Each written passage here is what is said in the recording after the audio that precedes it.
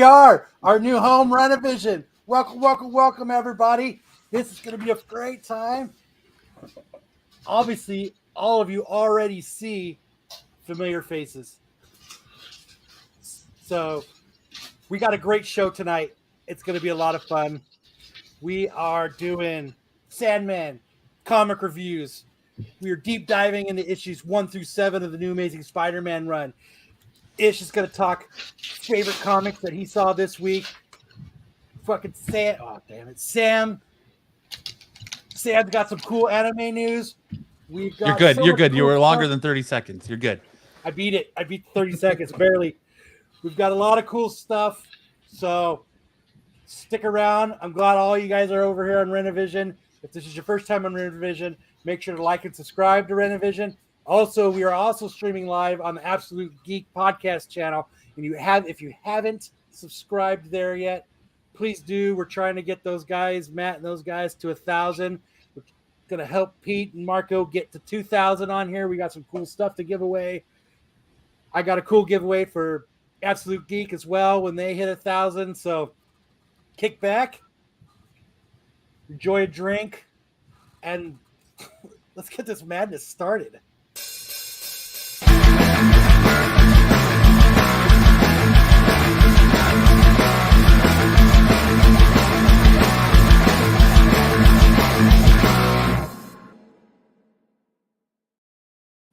That's right. We came prepared. We have a cool intro. How about that? It's great to see Ish again. I missed podcasting with Ish. I love podcasting with Sam. We do it all the time. It's great to be podcasting again with Matt. And it's not just on Wednesdays. Now we're on Saturdays. So we are here. I'm ready for some mayhem. No mayhem here. There might be some madness, but there's no mayhem here. All right. So, well, we can do both. Madness, mayhem. And I got to give a shout out to my son. He's on Instagram. I don't know what it's called, Hypermania something, but he's into music. He's learning guitar, bass, drums, recording. He wrote that little riff for us. I got to give him a shout out. I told him if he sues us, I'm going to kick him out of the house. So, and since he sent me the original recording, I think I have, and he's not done on a label, so he actually can't sue me. So, welcome, boys. How is everybody? Dude, I'm feeling so good. It's still early. It's so early right now. I know, it's great. We wanted to do this show a little bit earlier so that everybody still has a Saturday night to hang out with their wives, do their director movie marathons that they like to do with their buddies, everything, Yes. So we tried to make it the best of both worlds. You guys can go check out Brian and the boys afterwards if you want. If not, watch some old Renovision and Absolute Geek videos if you want. So, but we got a lot of fun stuff too. But before we start the fun, I have a little bit of sad news that I would like to get out of the way. And just to do, I'm going to share a screen. As many of you know, me and my wife and my kids, we've never had dogs. We never had cats. We're a guinea pig family. And if you've ever watched the old episodes of Absolute Geek, it used to be part of the old school drinking game. If you heard my guinea pig squeaking in the background, you took a drink. But sad to say, one of our guinea pigs has passed along. We shall not hear her squeak anymore. She was Princess Buttercup. She was really cool. She was, what I really liked about her was she wanted to be petted, but she didn't like people to pet her. So as soon as you'd come up to her, she would jump and run away and then come back like she wanted to pet you. But I just wanted to give a little shout out. May your squeaks be heard in heaven. Oh, should be some angelic song right here, like harps playing. For only 5 cents a day, you too can help me get a new guinea pig. So, Jedi Johnson sending his T's and P's. Kyle, I have to say, when you said that you were a guinea pig family, I thought of something completely different. I thought you guys were going in for like medication testing or whatever. I was like, okay, guinea pig family. so yeah, it's Times are real hard in the Stinson household. They have to get medically tested on and be guinea pigs for things, huh? Or that's where we eat guinea test our pigs. cosmetics. Yeah. I'm testing my new cosmetic line and my new uncovid vaccine. What it's going to do is it's going to take the booster It shots removes the vaccine from your system. Yes. Oh, yeah. Perfect. But we got a fun show. I'm glad all you guys are here. Hartman said, "I thought the guinea pig died in a car crash." Oh, Jedi wants to know, was it a COVID-related death? in car crashes. It was old age. Guinea pigs are considered elderly at between 6 and 7 years old, and she was like 6.5 years old. So we got one left, and then after that, no more guinea pigs. I've got a guinea pig graveyard in my backyard. So it's enough. There's so many headstones back there. So Yeah, but your pig is in the arms of the angels. shall you squeak to the angels? Yeah, I wish we had a little song to play right there. A little clip But of it. let's get into some fun. Let's get some news going so we can actually get into the fun stuff. Let's breeze through this news crap. Do we have like a cock?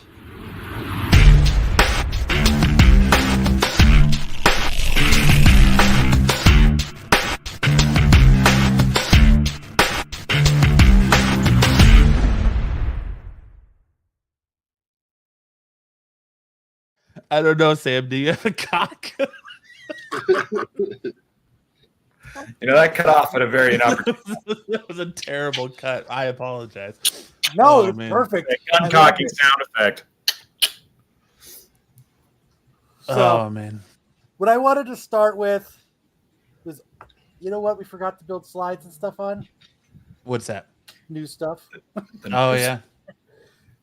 So the first thing I wanted to talk about was one of my favorite bands, Metallica. Really close up there with Nirvana, solo Wookiee. Now that all of these new people have found them, thanks to Stranger Things, they decided to be assholes and they want to cancel them. And I'm going to say two things to that. If you didn't cancel them because of After the Black album, it's not going to happen. And if you didn't cancel them because of the shitty snare sound on Saint Anger, they're never going to get canceled. Also, if they can survive therapy as a band, then they've earned it, right? They've earned it. I remember when I was living in Mexico, they were in band therapy. They were in group therapy to try and overcome their differences.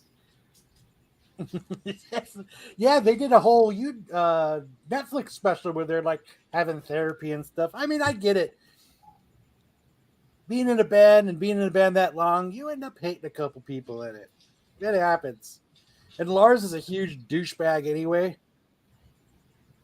So I could totally understand hanging out with Lars that long. You need therapy. But huge Metallica fan. I just don't understand. Wait, why are they being canceled? Yeah. Because what was the offense? I feel like They're I'm missing something Metallica. here. They were on the edge of everything. They were the when they came out, they were the anti-everything. And they did a lot of dumb stuff, as a lot of bands do. And for some reason, this cancel culture likes to go out, find one or two dumb things that bands do, and then they want to cancel them. Like I was excited. Hey, a whole new group of fans is coming over to find Metallica. But you know what? unfucking find them. Yeah, it looks like they're being accused of some bigotry way back in the day, like a long time ago. Yeah. Well, and it's like sorry. I was gonna say it's a bunch of Gen Zers, and they're saying that because James Hetfield plays with an Iron Cross guitar, and all the Napster stuff, and basically, like I said, everything they did in their past, and now they're being canceled for it because that's apparently what we've become, is going so far back in history that we like to hold people accountable for things they said years ago. And that's why I'll never be able to run for public office.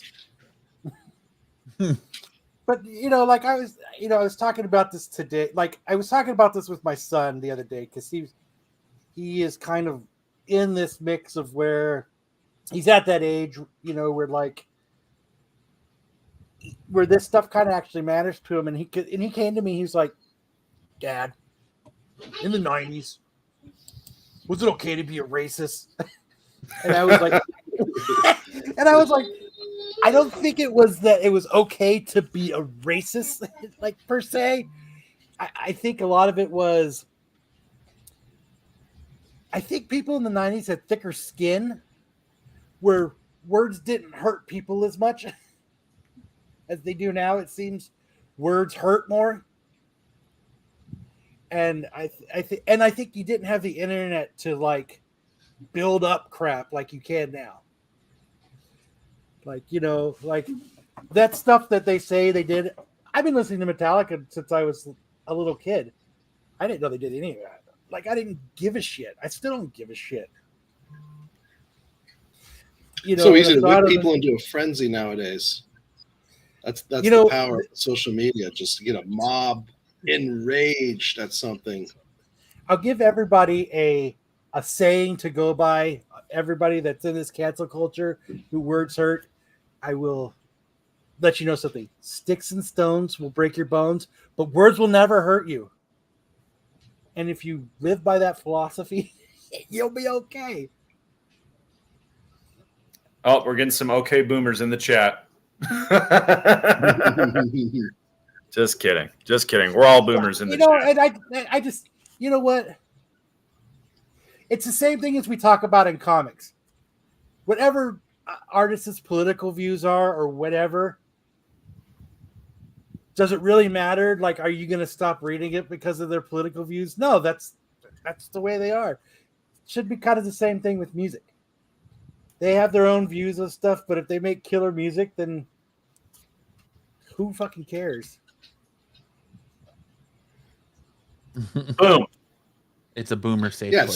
Some of the great artists of all time would probably get canceled real fast. Picasso and the way he behaved. Beethoven.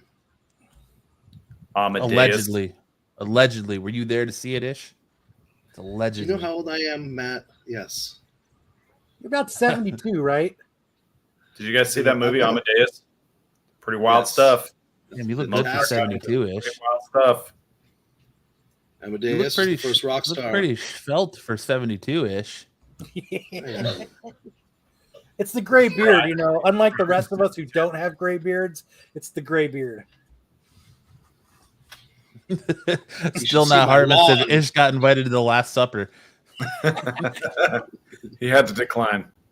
He's right behind Jesus going like this. You're not eating that? You're not eating that? I'll take it. It's just under the table, just stealing scraps. Agree to that. Your mom so said that was enough of that. Started on Amadeus. Oh my gosh. Wonderful. That's an amazing film. That's one of the best music movies ever made. It was on that guessing game that Kyle and I do, Framed, and I got it on the third guess. Oh, that was a fun game. I forgot about that game. Would he just look like at a frame of a movie and you have to guess what it is? Yeah, you look at a frame, try to guess the movie from it. Yeah, they give you like 5 guesses and you have to guess what movie it is. Okay. Some of them are easy to guess and some of them are hard as hell to guess. It's just, I don't know. But that was my Metallica rant. I had to get that off my chest. Metallica is some of the funnest guitar to me to play. And You can't cancel Metallica. It's just not going to happen. No. Now, if they come out and apologize, I'm going to cancel them. No, I'm just joking. So all the kids who liked Thor: Love and Thunder now want to explore more Guns N' Roses. They're in for quite a ride if they dig deep. But they don't like the guns part or the roses because they have thorns, right? Bon Jovi taught us that. In the end, it was Heimdall's son, right? It was like else. Axel. He's even named Axel after Axl Rose. Can't wait till he sees that 1 hour bio show on Axel. Then it's Cancel City. Like, I know a lot of people that said with Metallica, they don't like you to have MP3s, and like, okay, Gen Z, it's not that they didn't like it to have MP3s.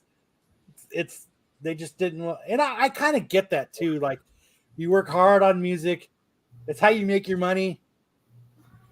It's the same thing as reading comics online.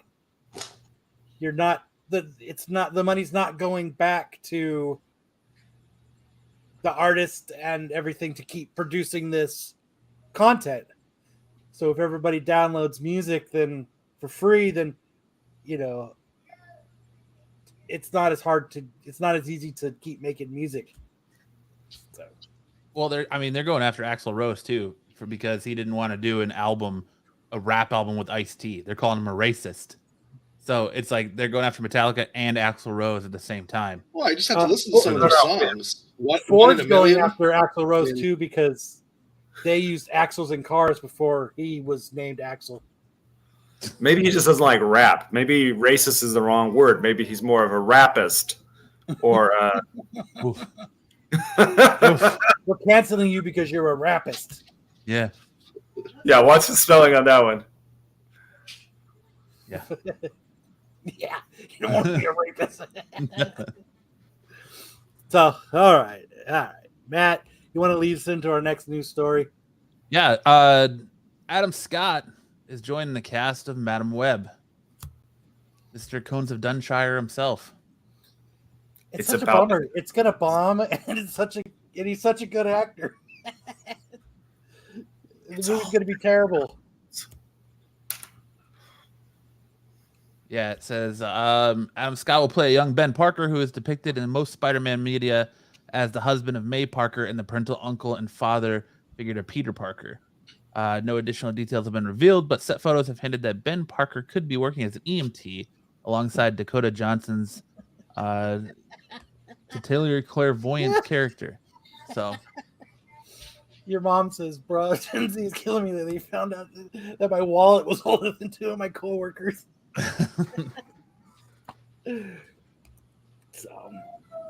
Well, I like Adam Scott. He's got this weird thing about calzones, but I think I like him. I think this is What's gonna. the calzone thing? Have you not seen Parks and Rec? Mm-mm. Yeah. Oh my God, I'm drawing a blank now. I've seen all Parks and Rec. I don't remember the calzone thing. He was all about it's been making calzones. That was like his thing. And they're like, "Why don't you just get a pizza?" And he's like, "No, calzones are so much better." And all right, I remember now. Yeah. He wanted to create a restaurant called the Local Calzone Zone. So stupid. Stick Boy is a pretty interesting theory that this might actually be Ben Reilly and not Uncle Ben. So I'll be interested if Adam Scott's going to be an older version of Ben Reilly. That'd be cool. A way for them to work a Spider-Man into this without needing to use He's the dude Toby in or Step Garfield, right? or what's that? He's the dude in Step Brothers, right? Yeah. Yeah. He's the older brother in Step Brothers, yeah. When Or younger brother. Singing, yeah. Younger brother, yeah. Well, they're singing Guns N' Roses, so he's canceled there too. That's it. He's canceled before he could even be in a Madam Web movie. It's like 6 degrees of Kevin Bacon up in this about this. Metallica, Guns N' Roses, Step Brothers, Michael Scott. Oh, it all adds up. Cancel them all. See, I was onto something when I said Thor: Love and Thunder is going to suck because they used Guns N' Roses. I was ahead of my time. As long as nobody's canceling calzones. Oh, that's. Are you a calzone Not fan? worried. Calzone connoisseur? I am. My true love, though, is the Panzerato, The Which is the Panzerato. which is Is the that- deep fried calzone. I was gonna say, is that like a Pizza Hut special or something? So that's the calzone version of a heart attack. Yeah, that's actually a Canadian thing. In Canada, we have Panzeratos instead of calzones. Deep fried. Dude, And you I switch the am- ricotta for mozzarella. It's good stuff. You substitute the Italian ingredients for poutine. I have already decided that I'm texting my wife to bring home calzones, and then I'm deep frying it. Yeah, but if it's Okay. if it's a calzone with ricotta cheese, that's not going to be the best. It might like leak through. So get them to put mozzarella in your calzone, then your plan will work. So on my Uber Eats, I'll be like, please put mozzarella because I want to deep fry it. Yes. So Aggressively relaxed says you can't cancel people that play rock and roll. The whole point of rock and roll is doing things that get you canceled. that's exactly it. I mean, you can't. You're supposed to be on the fringe. You're supposed to be crazy. It's fucking rock and roll, man. That's the problem with kids today. They don't know rock and roll. Oh my gosh. They listen to that crappy music. They don't listen to rock and roll. That's the problem with kids today. Back in my day, Not rock enough and roll was rock and roll. Not enough jazz. We My son and I are going to. get the Metallica concert. We're driving to Tucson Monday night to go to watch a concert. That's one thing. Like, it's awesome about my son is we listen to the same music. Like, so we're going to go see this band called 200 Stab Wounds, and it's another band called Municipal Waste. Fucking thrash heavy metal. So But you got to go to Tucson for that show, man. I love That's Tucson. downhill both ways, man. Going to I love Tucson. So if anybody's listening to the show and they live in Tucson, man, like hit I'm me up, man. apologizing We'll have right some now drinks. that you live in Tucson. We've already hit our quota of mentioning Tucson in this episode. If you don't want to mention it in the chat because you're embarrassed that you live in Tucson, please DM me that you live in Tucson and we'll meet up. And I will not tell anybody. It'll be our secret. Just putting it out there. But yeah, I mean, like, it's gonna be so fun. It's in this little tiny club, and it's gonna be fucking out of control. And Which it's club? it's called the 191. Okay. The Rialto owns it. It's like a few blocks down the road. I know the Rialto. I've had many a Yeah, good time there. it's called like the Totally 919 or something. It's just right down the road. It was originally at the Rialto, and then they changed venues. So we're gonna party all night, and then we got a hotel room. We're gonna crash and then come back in the morning. But yeah, But aren't you doing that the wrong way? And 200 Stab Wounds.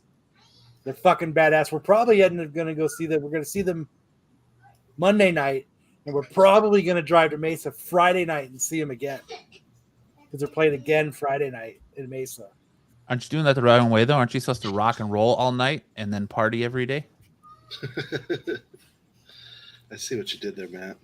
I do the opposite that Kiss ever does. Okay. So, so when Beth is calling, you don't answer then, right?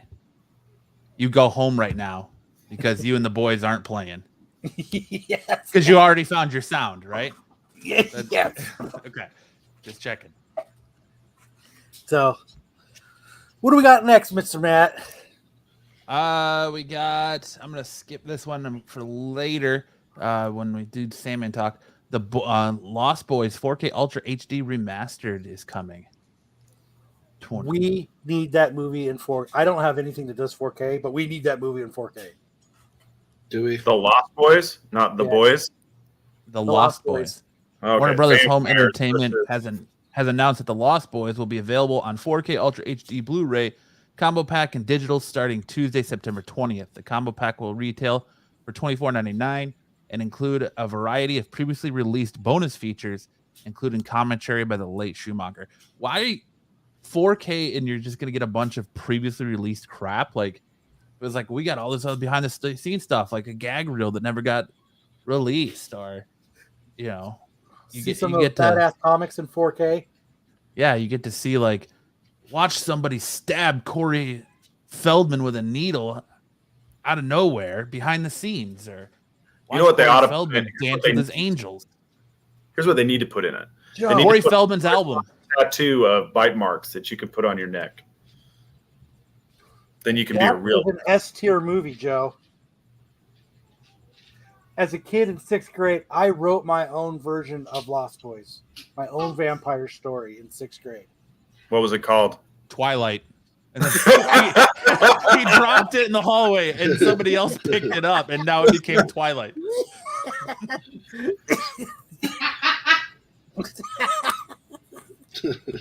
I love the delayed laugh because she's watching on the delay. That was awesome. That's what we call. That's what we call perfect. Hit it out of the park. Nice job, Matt. Yes. Yep. You get a vinyl copy of Corey Feldman's debut album in the mix too. So if you don't already have it, of course. Yeah. Yeah. I mean, it's like a Grammy award-winning album. Everyone's got to have it. Everyone's already got it. We know that much. Seen him twice in concert. It's the best. Does it have the list of people he says has touched him? Yeah, it's on there. That's Remember like when we interviewed what's his name? And he got in deep about Corey Feldman. Yeah, from I'm drawing a blank on his name now. He was in A Christmas Story. Yeah. God, and someone just commented on that video. Scotty Schwartz. Yeah, Scotty Schwartz. That dude's crazy, man. But all right, so yeah. Anything else about the boys, or not the boys, but the Lost Boys? Now Sam's got me doing it. It's not a crossover between Lost and the boys. Yes. That would be the shittiest crossover ever. It's just vampires lost on an island. Yeah. And they keep finding a door they can't open. Copyright J.J. Abrams. Oh yeah, got to get all those lens flares in there. Dude, License to Drive. Dude, we should do a Corey tier list. Oh, the two Coreys? Yeah. Fucking dream a little dream, man. I went to the movies to see that. Oh boy. Oh man, your mom. I'm waiting for her comment. But your mom says, "I already have a hard copy of Death Magnetic. I don't need any more shitty albums in my home." Unless you got Saint Anger, and then your shitty album would be complete. Oh, that shitty snare sound. Ugh. They tried. They're all, that's the other thing with rock and roll is when you're poor and you're making music, you have this raw emotion, and then you get rich, and then you're like, I don't know what to write about because I'm not poor and frustrated anymore. I'm rich and fucking cool and living the life. Yeah, and then you start writing songs like Nickelback. Hey, I want to be a rock star. Standing in line. Dude, it's like Chad Kroger is right here talking to us right now. We just lost half our viewers. But not the Canadian ones. My ears are bleeding. Next up, everybody's favorite psychopath, Ezra Miller, flashes playful grin while lounging with mother after third arrest. You see him with his fucking kidnapper stash. Yeah, his dirt stash, his pedo stash. This person is quite troubled. Didn't he broke into someone's house for booze? Is that what I'm understanding from this article? He also kidnapped some people. He also kidnapped some people? Come on. Shouldn't he be in trouble for kidnapping people and breaking into a house like 6 months ago? Yeah, in Hawaii. I don't understand how this keeps reoccurring, and he's always on the run. He keeps posting bail. Just nobody care. They just kind of let him go. Let him go to another state and do something there. He's using all that Fantastic Beasts money to post bail. Yeah. So it says Ezra Miller was charged with felony burglary into an unoccupied dwelling for allegedly breaking into a house in Vermont to steal several bottles of alcohol back in May. Couldn't he just buy some? Couldn't he just go to the fucking liquor store? He's also being looked into for the disappearance of a 25-year-old mother and her 3 children, ages 5, 4, and 1. He what? Say that again. He said he's also being looked into for the disappearance of a 25-year-old mother and her 3 children, ages 5, 4, and 1. What the fuck? He could be a fucking serial killer. I'm starting to think he is. And I heard he had some of Trump's documents in another safe at his house. Apparently he's been housing this woman and her kids since April. And now they're missing. Dude, Well, he's probably hiding them somewhere. He's probably got them locked up somewhere. Why did we highlight the Miller beer comment? That's a Richie thought there. Because Hartman's the ultimate troll, and I love him. I love him like a brother. So how about the for the Flash comic? They had the variant with the naked Ezra Miller on it that DC had to pull. Did you guys hear about that? No. So we actually got a call. I got a call at the shop, and I was like, wait a minute, where are you calling from? And it was DC telling us that the DC Connect, the free preview, that I had to destroy every copy we hadn't received it yet. I was to destroy every copy and never show it to anyone, and then they were going to send a new copy. And there was a page for a Flash comic, and had a variant with Ezra Miller naked. What? So someone had the wisdom to decide we're not going ahead with this cover. They re-released the preview. The whole Flash pages has been removed. So that he was DC naked Connect on the is cover. actually a Was pretty cool collectible right now. Was he doing the Silence of the Lambs?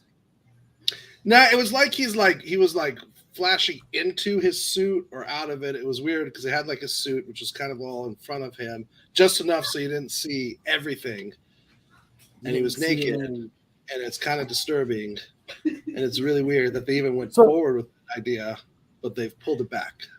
Those are in the process of being sent to you? No. I already have them. Here, I'm gonna share it. I got it. Like that already. It all went down already. Oh, so you have to destroy them? Yeah, of course I'm not gonna. That's whenever a publisher tells us we have to destroy something because they need to hide it or sweep it under the rug, I'm like, that immediately makes it a cool collectible. There we go. I thought it was an actual picture of him. No. I thought it was a real photo variant. No, it's a big call to say do not show this. Do not release the preview with this image in it. So you like, how do they know if you destroy them or not? They don't. I don't know. It's the weirdest system. It's the weirdest system. Yeah. So they're $500 books now. They have a secret government. I'm creating an acetate cover that some for say it. doesn't exist. Yeah, they have a secret government program called Following Everyone's Podcast. The Men in Black show up and just mind wipe them and take all the books. Ish doesn't even know this has happened yet. We had a guest on Thresholds of Reality. She's part of the Men in Black. So I'm going to ask her about that. Yeah, I'm going to see if she took Ish's books back. And she's like, you mean these? And there's just a stack of them sitting behind her.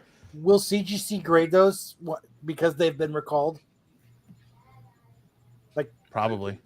Well, put two more staples in them. Put 2 more staples in them, and then you'll get a blue label called the Naked. He fold it over, and he has clothes on. Yeah, there you go. Yeah, you just draw clothes, and when he closes it, it just covers them up. You know, I never thought that was actually naked under it. Acetate cell, animation cell, and then when you flip it over, naked. It's like jail bars in front of him or something. They should make it a lenticular. Close, no close, close, no close, close, no close. That's what they should do. But oh man, Flash Dong. So they were trying to submit a protective order, and reportedly was drafted because the kid's father felt like Ezra's farm was unsafe because it's littered with firearms, ammunition, and marijuana. Yeah, it's starting to look very cultish over there, right? Wait, where? At his house? Ezra Miller's house. Yeah. Because he's got marijuana? No, because he's got the same stuff as the Branch Davidian. It's Waco all over again.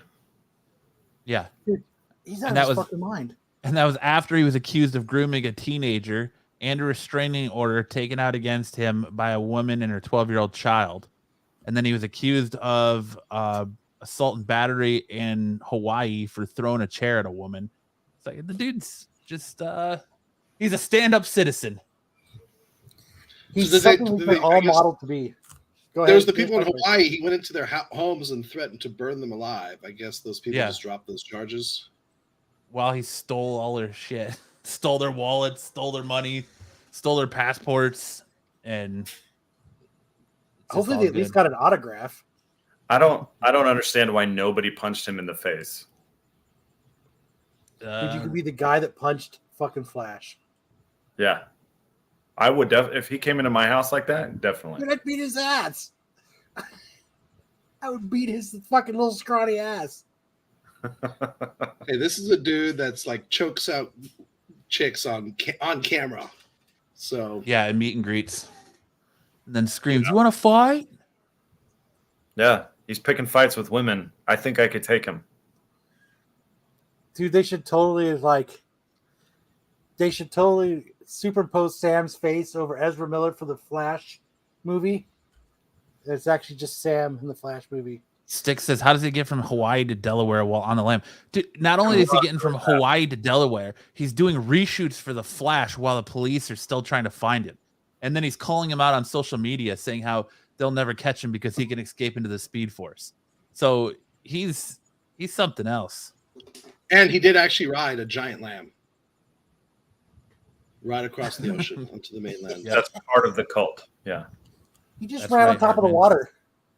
He is the Flash. He ran really fast. He could run on the water. Yeah.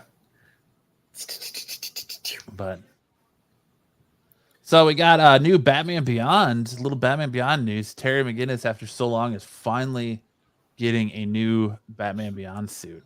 Weren't they leading up to that in that last set of issues where Bruce Wayne is kind of like on the run and in the hidings, and he Yeah, it's in Batman Beyond. broke into the Is this Neo back here? to Yeah, Batman Beyond Neo Year brings the epic series to a close and features a new Batman Beyond suit for Terry McGinnis. It's on sale September 6th.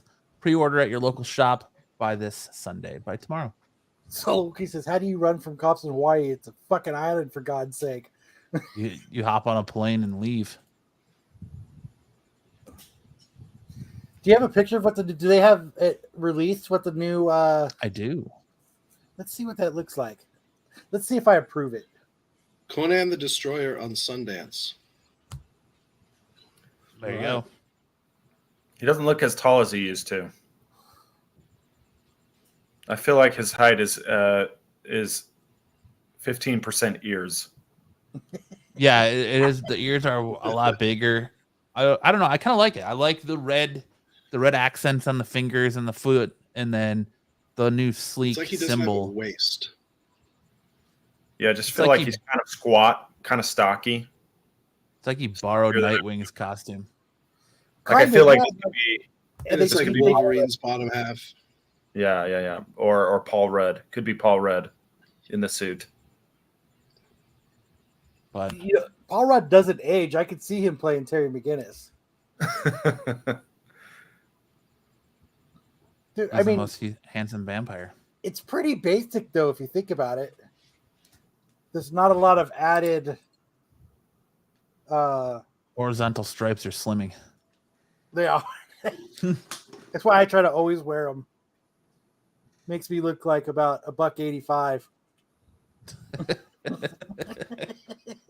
But yeah, I mean, it is kind of sleek, and I like like I said, I like the red accents, but not quite sure about the like prongs on his arms because they're definitely not like the blades he usually has there. I guess he's got some red accent in his waist right here too. Yeah. As long as he wears a cod piece, it's all good. Doesn't look so much like a utility belt, maybe utility pockets right there. Oh, dude, he's got to have the biggest cod piece, man. Like it's got to just fill up like this area right here. Like it's just got to be a massive. So he His has no balls thigh gap. so large that he has to wear a hoodie upside down as pants. And like when he stands there, he can flip it up and it's got a little Batman face on the end of it. The bat cod.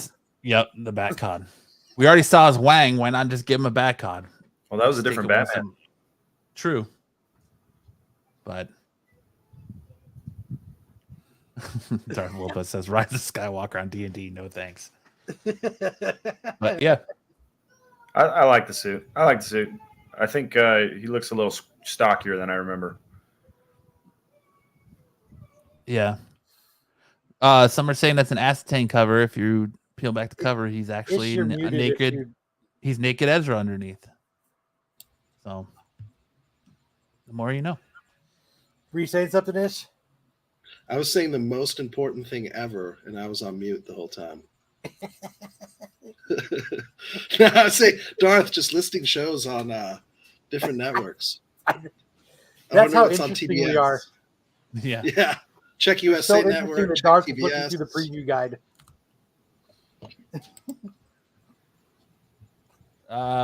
So kind of, I don't know. What's A that? lot of talk around the Acetate cover. I don't want to get into it here. We talked about not getting into it, but I kind of wondered what your thought process between Ish, Kyle, and Sam, and kind of what Marvel's doing with Miles Morales. And Miles Morales, you know, they introduced him as Spider-Man, and now they've got this What If series where he's Captain America, he's Thor, he's all these different characters. Do you kind of get the feeling that they're overdoing and overusing Miles, and they should just kind of leave him alone and let him be Spider-Man because he thrives so well in that role, and quit trying to use him to drive other things? Yes. He doesn't need to. I mean, other than that one What If, there's only the regular Miles Morales comics. I don't feel that there's, you know, that they're. Yeah, but I mean, do we really need to to see Miles Morales as Thor or Miles Morales? No, Captain I mean that's America, one thing, and that those comics were not that great, but or Miles it's Morales. literally as the Hulk, one spin-off other than his main title. So it's not like they have like, oh, a 2099 and a Miles Punk and a Savage Miles, and you know what I mean. There's like 15 Batman titles, 15 Spider-Man titles, and then one Miles Morales title and a miniseries. Well, I kind of wish there was another maybe Miles Morales gets, you know, because that's what the kids want to buy, and you know, I feel like almost they're underusing him. What do you So think you want him to about have the like? Sandman? I'm sorry, I talked over you. What did you say, Kyle?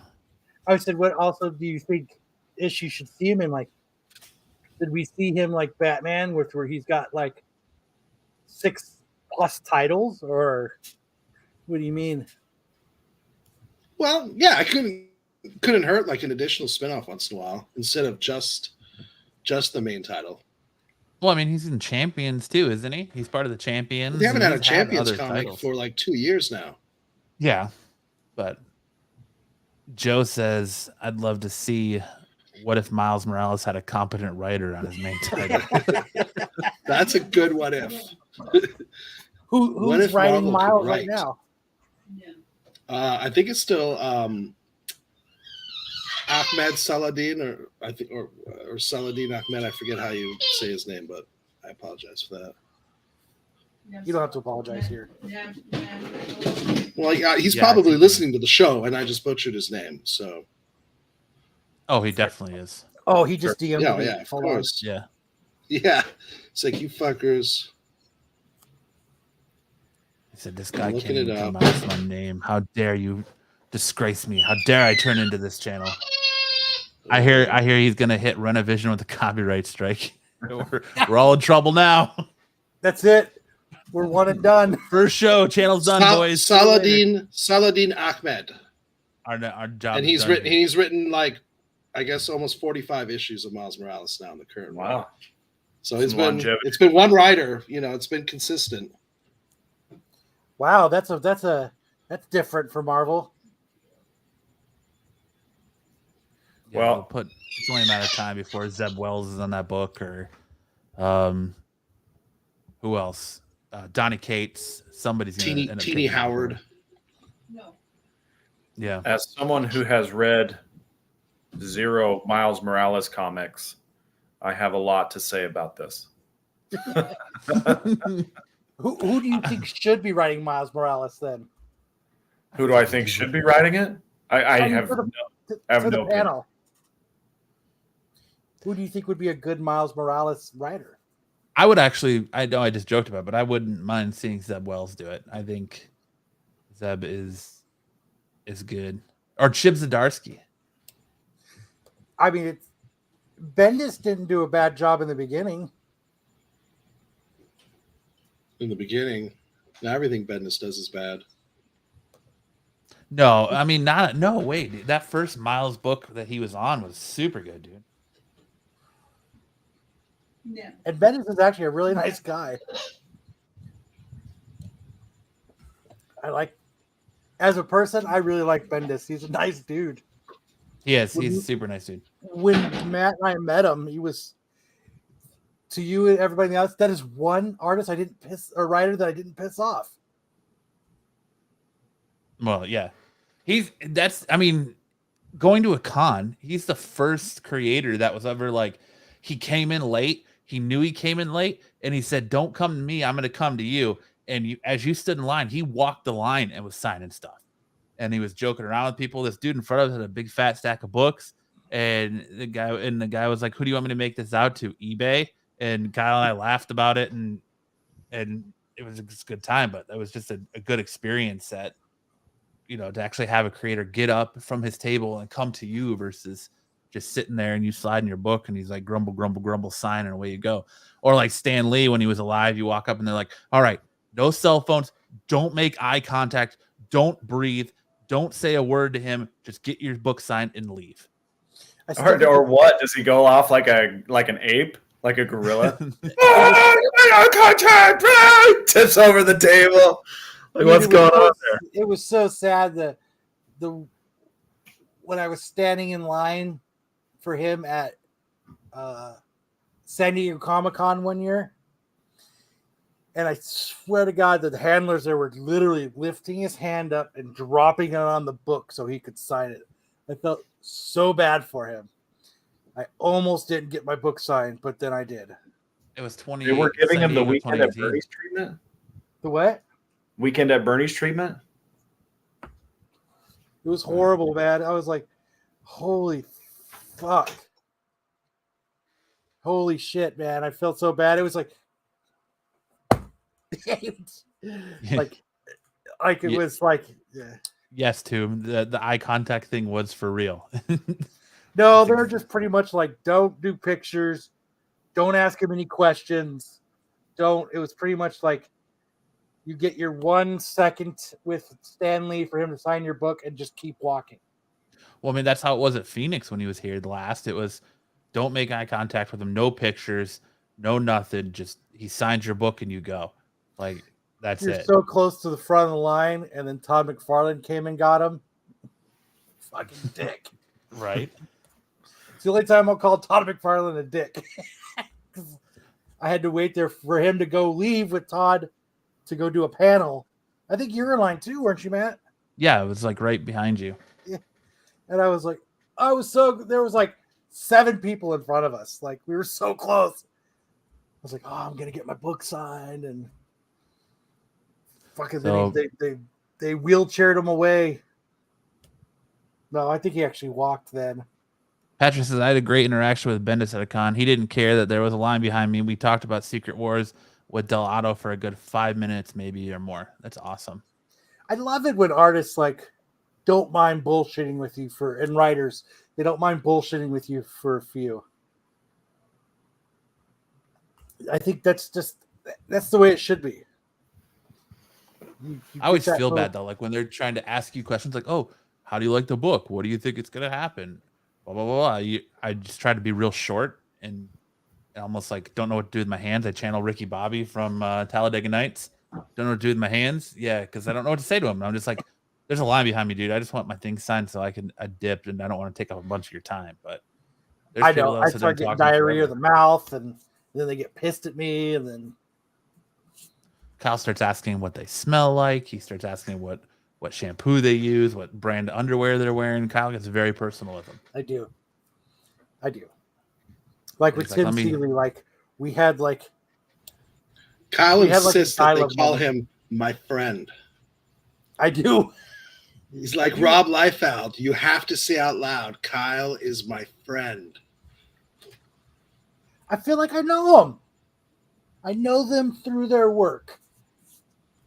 We're friends. So Toom says, yeah, when they realize that you and everyone like you pays their way in life, really.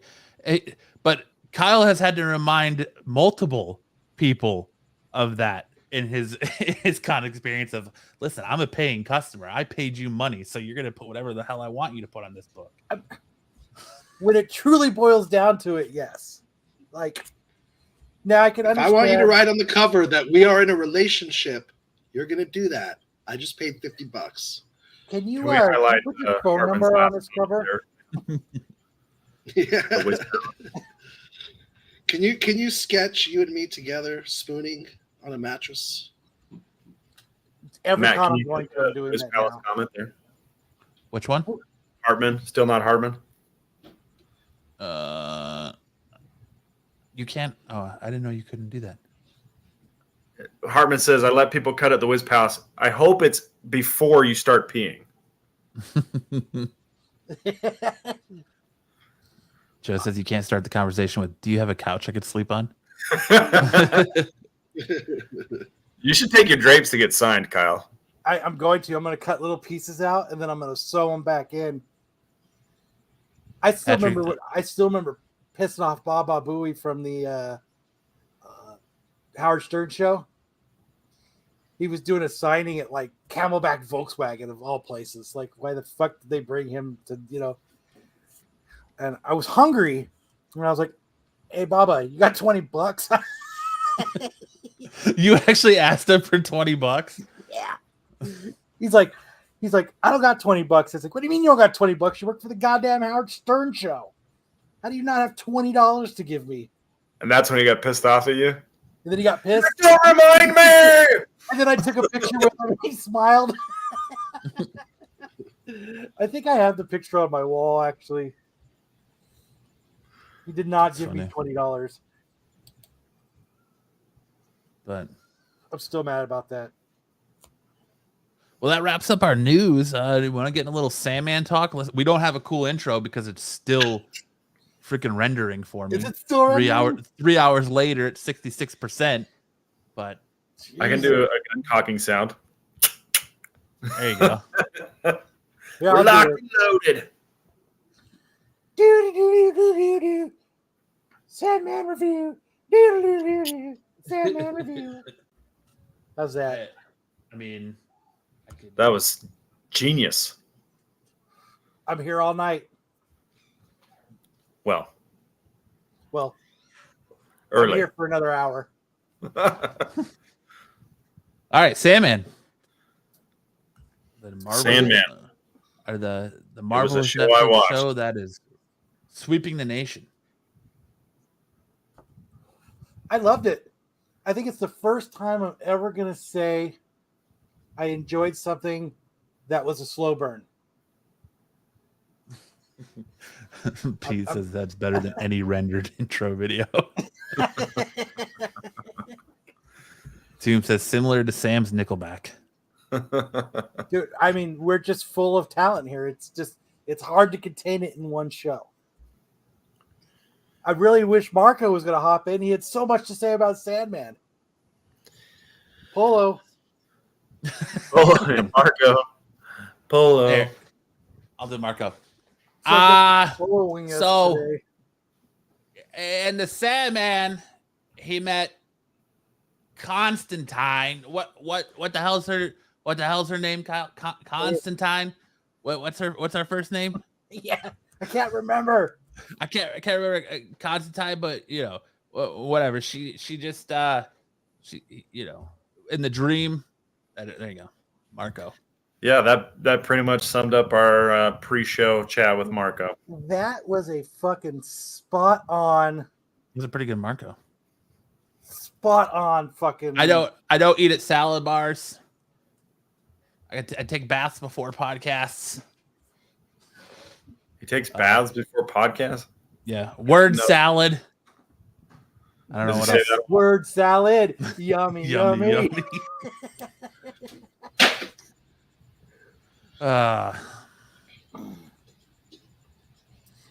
You know, just as a general matter, I find that there are so many people posting reviews on social media that I just stopped. I stopped doing it.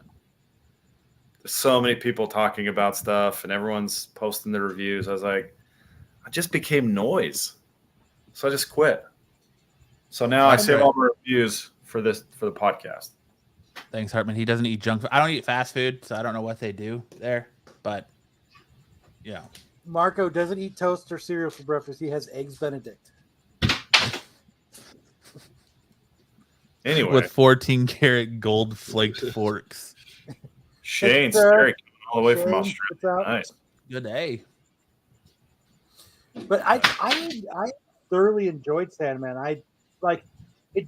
It actually didn't seem like a slow burn to me, but it was. And maybe that's how everybody else who it's a slow burn, that's how that is to them, like the Joker and stuff. But it didn't seem like a slow burn to me. To me, they paced it well. I found it I just found it overall just entertaining. To me, it was a little slow. I think for me, it found its footing around episode 3. Like right after he started getting some of his artifacts back, that's when I felt like it picked up a little bit. But otherwise, I was intrigued by the end of episode 1. Episode 2 was just kind of like, okay, I don't know if I want to keep watching this, but then I'm glad I did. I love that the reason he actually didn't meet his buddy after a century wasn't because he was mad at him. Yeah, it's because he got locked up for years. Oh, look. You speak of the man and he shall appear. Oh, look at this guy. I was just, sorry I'm late, guys. You know what I was doing? See, this is the thing. I've been criticizing Acetate covers all week, but then made it onto a top 100 list. And, after I criticized them, they sent me a couple. And then now, I've been counting the profits. That's all I've been doing. I've just been, making that money, counting the profits.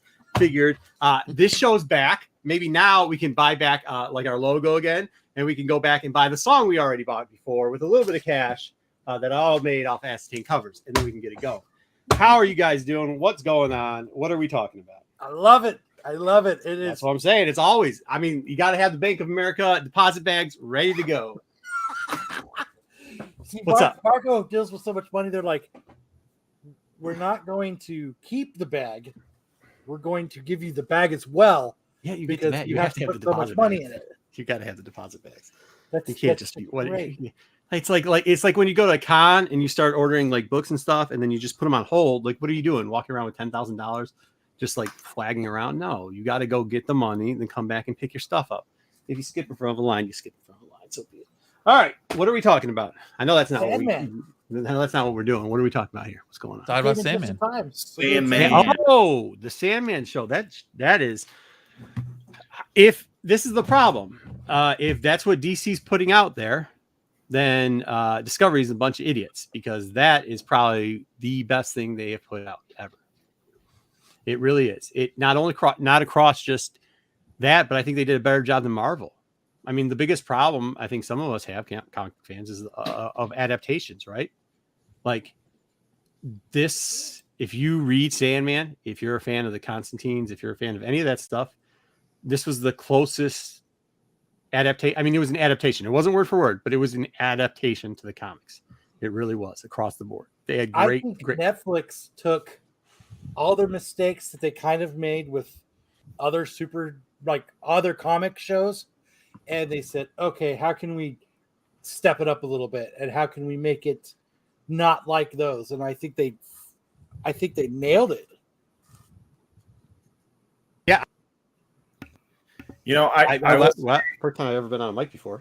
I think they killed it. Yeah, absolutely. And I think kind of what's good, Gizmo. I think kind of what Dub's saying. Like I read it too. You know, I mean, everybody knows, if you know me for long enough, you know that on DC side, like Sandman, Dark Justice League, you know, that's my I like that type of stuff.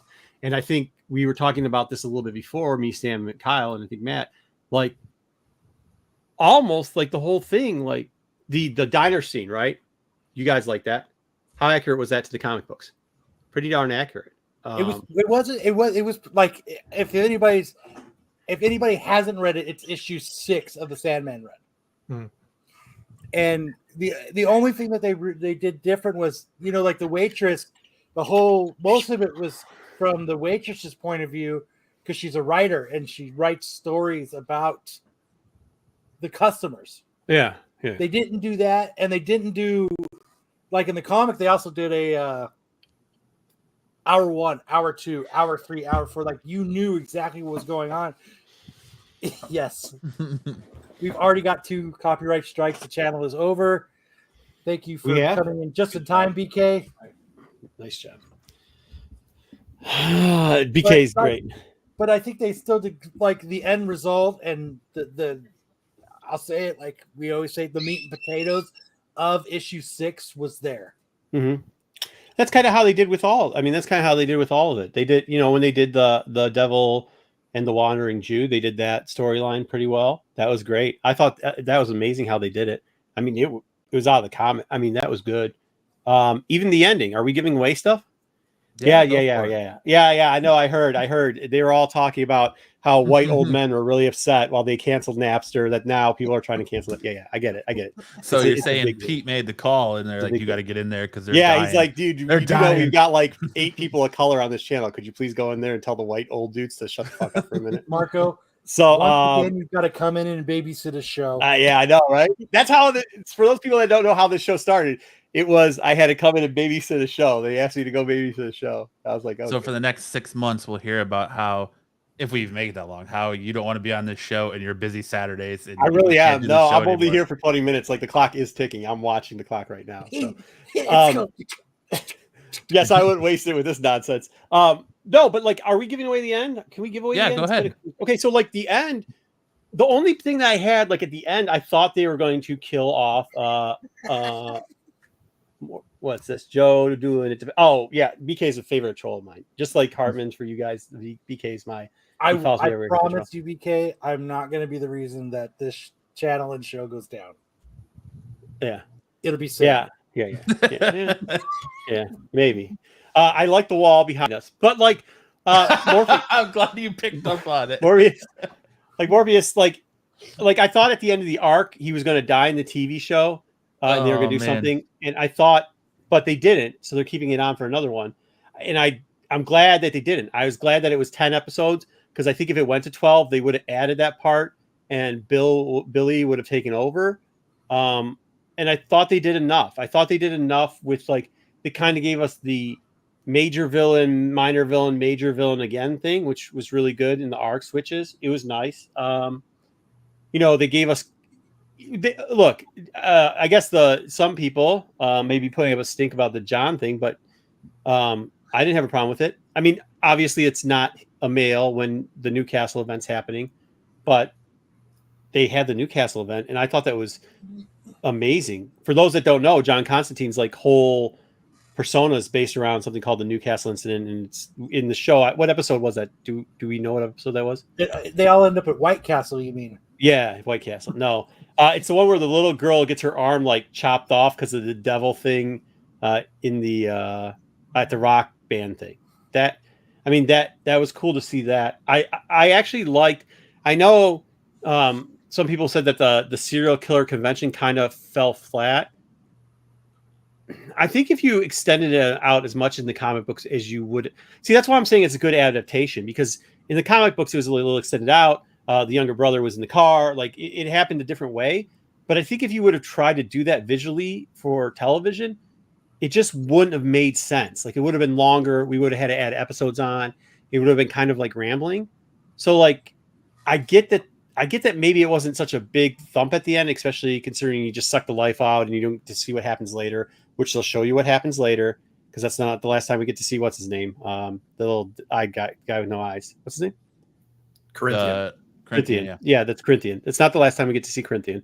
So we'll get more on that. And that's what they're opening it up to now. The next season will probably be Corinthian, the revision of Corinthian, and Billy, well, the mom of Billy and everything like that, and then Billy taking over. I mean, I just wonder now how they're going to kill what's his name? The Sandman. Because I mean, yeah, Morpheus. Because he's not the Sandman later on. Like he's not the Sandman. He's not the current era Sandman. Billy, the little kid that was birthed in the dream world, turns into the Sandman. I wonder but does anybody else wonder, for people who knew the story and watched it, does anybody else wonder if they're actually going to turn the little brother into Sandman? And does anybody have a problem with that instead of the baby Billy? I don't have a problem with it. Yeah. All I'm just thinking like that little kid was in Hey, such good spirits for all the crap that was that happening. was so heart-wrenching. That was so heart-wrenching, man. I mean, like they did such a good job. They made I don't know if you guys were uncomfortable watching parts of that TV show, but I definitely was, man. Like yeah, they're definitely there were parts for me. There were parts in the diner scene that made me feel comfortable. Oh, yeah. The death. There was parts in the death episode that made me feel uncomfortable, and then definitely the end with Funland or whatever his name was. Yeah, the Funland thing. Yeah. Well, yeah, because you thought he got the kid. Yeah, I mean, that was kind of it. A good episode though. Does that make a good series though? Like, oh yeah, absolutely. It's doing its job then. You know what I mean?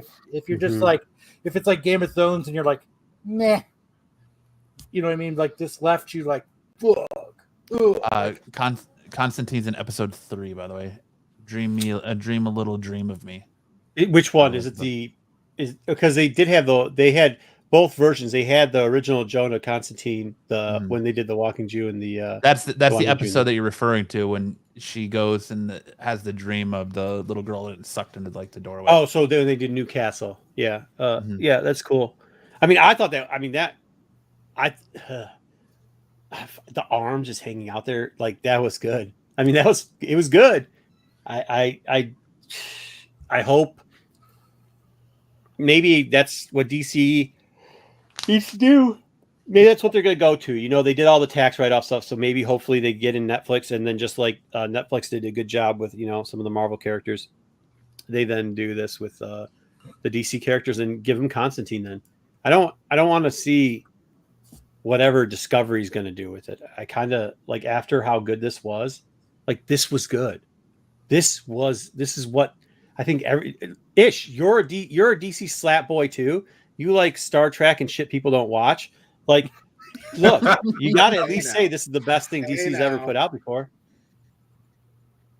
I have not watched it. Oh, shit. What? Oh, well, you're missing out. But uncomfortable. Like, we got some catching up to do, Ish. Yeah, it is. No, yeah, it's Go ahead. I have a hard time finding time to watch a lot of this stuff. So Yeah. I mean, hey, running a comic book store is a lot of work. Yeah, you could just sit around all day and watch It is. TV, like Constantine. no, Or like not even for a second. Mm-hmm. All right, sure. All right. Ish hustles. Ish is a hustler. If anybody hustles in that No, store, yeah, that's it's his son and his playpen. Yeah, I mean that's That it. That little dude knows how to hustle around in a comic book store. We'll set up the dreams and yeah, I thought they already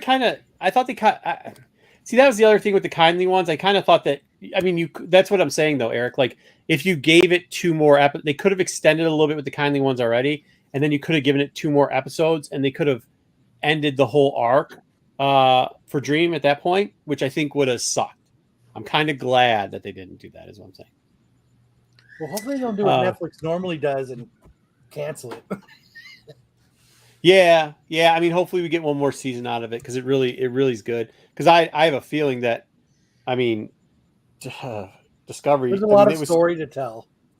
I mean, Sandman's a lot of story to tell. What I mean, is, it I goes- mean, it's a lot of issues. Yeah, and then there's the overture and all the other stuff. So like you've got a lot of stuff that you can keep adding on to it to get that thing going, and it'll still be uncomfortable. And if you do it right, though, that could easily open up Dark Justice League. I mean, it could just do that. So like you could have that continuity going on, which opens up a lot of other things. I think if you get away, I mean, I've always said it. If you get away, I know. Also, once again, with Boomer's a horrible take. But if you get away from Superman and Batman and get into actual characters that people give a fuck about, then like you can expand the universe really quickly and you'll get more people. And Everybody cares about Batman. I think that's what DC needs to do. I really do. I mean, I think that's what DC needs to do. And if they, they've done a well job with this one, let's see what they can do with Black Adam, and then let's see what they can do down the line after that. Well, no, that's my take on it, anyways. I think his show gets at least 3 seasons before it gets Netflix canceled. I was looking at that. That's the big thing with streaming now is 3 Max. It looks like 3 Max is what you're going to get. So hopefully you can get it all done in 3. I mean, they did pace it. People might not think they paced these 10 episodes out that fast, but I think they did, and I think that's why each episode didn't feel like it was a bridge or it was a filler episode, right? Like each one felt. There was a lot of uncomfortable stuff going on in a lot of those episodes. So, just across the board. So it says in the first 3 days that Sandman was released, it had 69.5 million hours viewed. Yeah, I know. So I mean, is that good for Netflix? Is that good for? Yeah, that's good. That's more than Cowboy Bebop got. Hartman said, breaking news, Netflix not renewing Sandman for 2nd season. Yeah, right. Yeah. I mean, it should be. Yeah, I agree. It should be. But I do think that they're going to speed it up.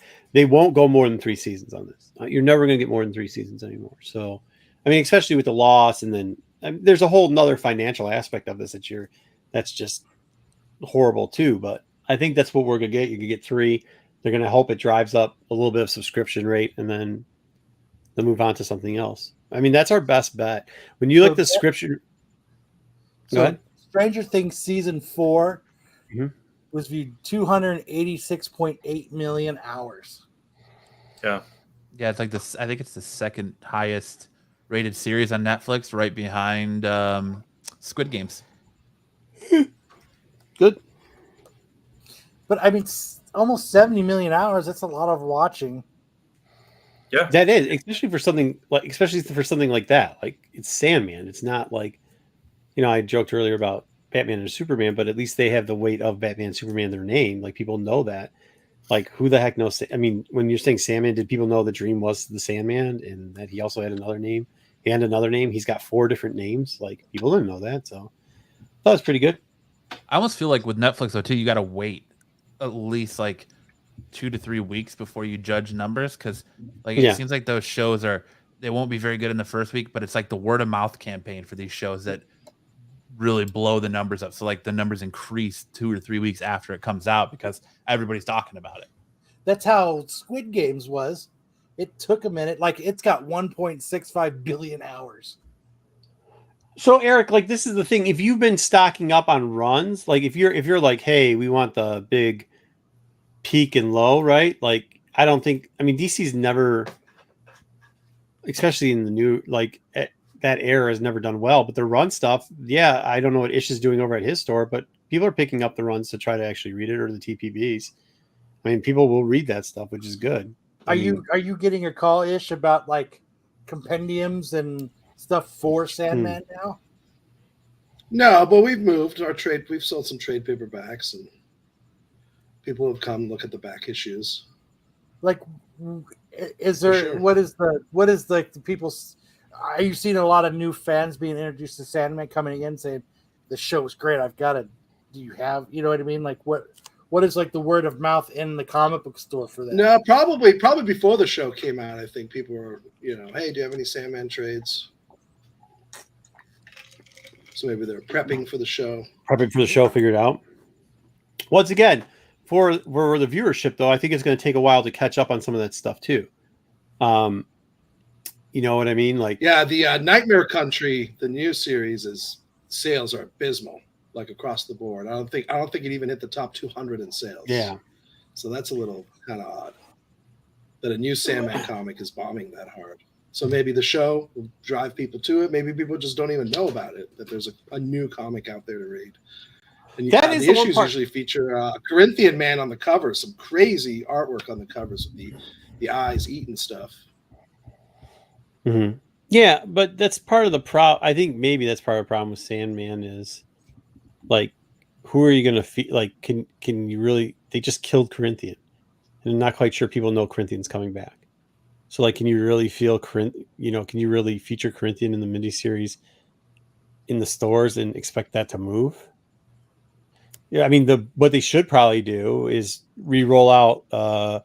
What does Marvel call it when Marvel whatever the dollar book that they re-roll out? You know, the first, what do they call that shit? Oh, the Marvel first Is it Marvel first? or They the should. That's what DC should have done. Image first. What? Yeah, Marvel, Image first.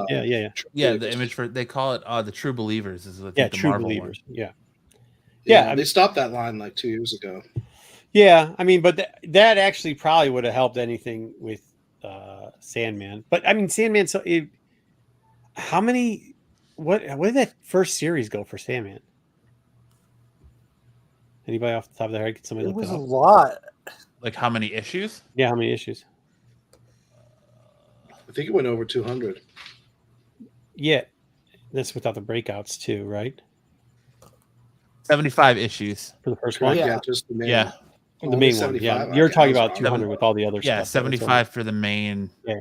main title. Which I mean, that's a pretty big chunk.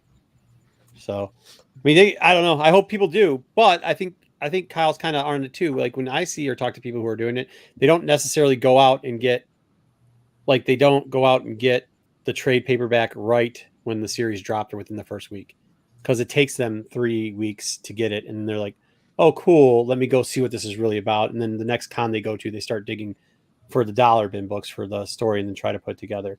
And that's the one good thing about DC people is at least they'll go back to back bins, and in my experience, have always been great dollar bin buyers because they will buy runs, which is nice. So, And I mean, the Sandman books aren't even really going for that much. Like you can buy a beautiful copy of Sandman #1 right now for like $200. yeah. I mean, I don't even know. That's why I'm saying they should come out with a True Believer, because you really need to buy a Sandman one. Well, for they $200. did this week. They came out with the Sandman #1 special edition. Oh, nice. How much is that? I think it was how much was that in the shop? Ish. $4.99, Sandman $5.99. #1 special edition. I don't Yeah. know. We didn't get it. You guys didn't order it? I didn't even know it was. Yeah, I 70, didn't even it know was that was a 75. thing. What was the Death miniseries? Were how many long? That's what we're saying the whole thing, Dub. Though. Dub, I'm gonna go to bed in a little bit so I can get up to that show tomorrow morning. By the way, just so you know. It was retail $0. Nice. Yeah, and it came out on the black I label. don't know why we didn't get it. It was It's supposed to be free. That's what Eric's saying. Yeah, that's what Eric is saying. Now I'm pissed I paid $10 for it on eBay. Oh, I bet you I could probably go to my LCS tomorrow and get you one for free. They probably Hi, still have them. Nathan. I know, right? It looks like Corinthian's going to run out one of the doors from behind him.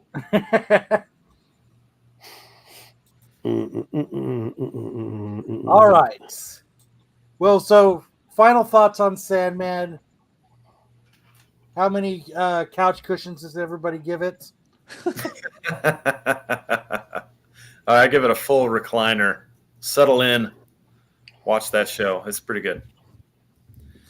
I mean, I gave it a 4 or 5. I enjoyed it.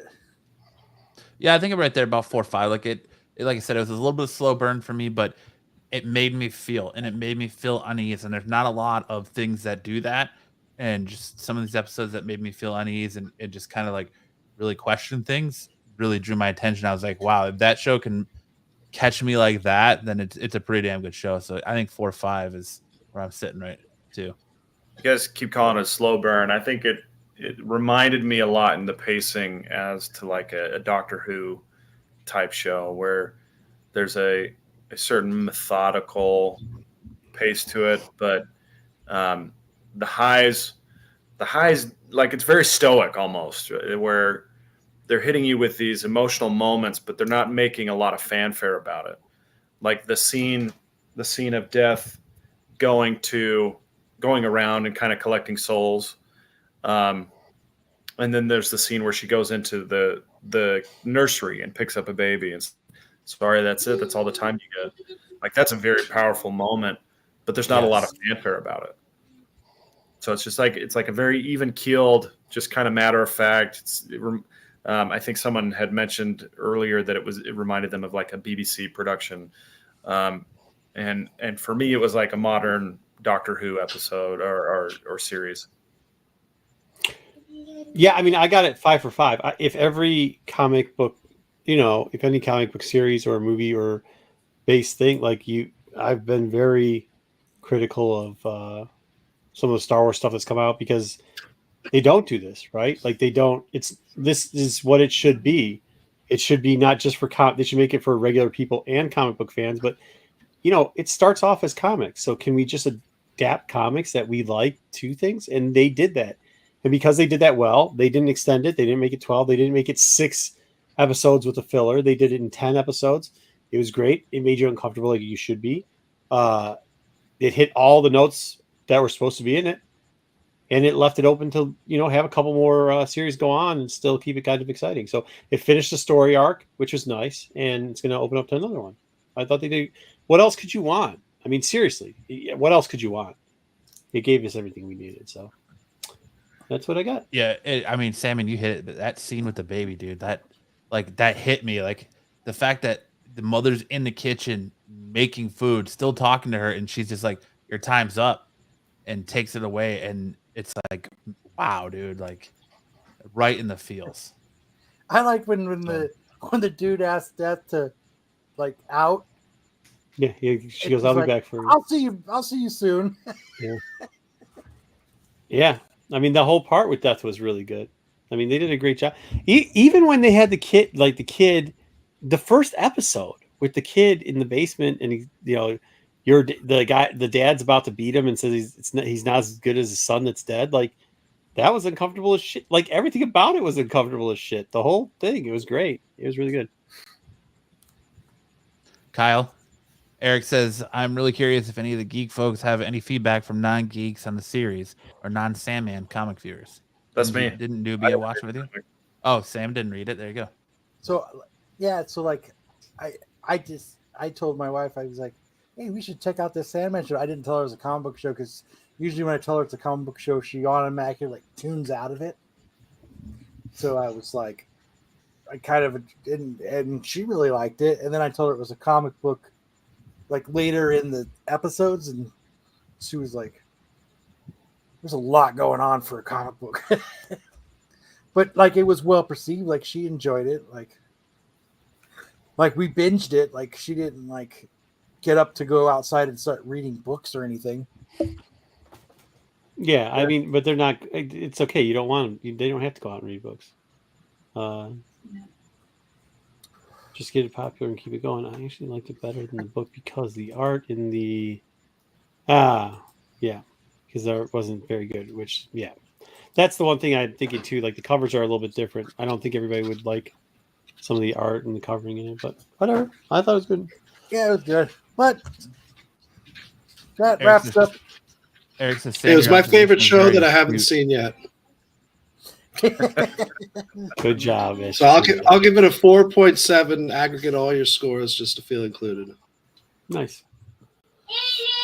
Okay, so on that note, have a good one, guys. It was great seeing you. Later, Marco.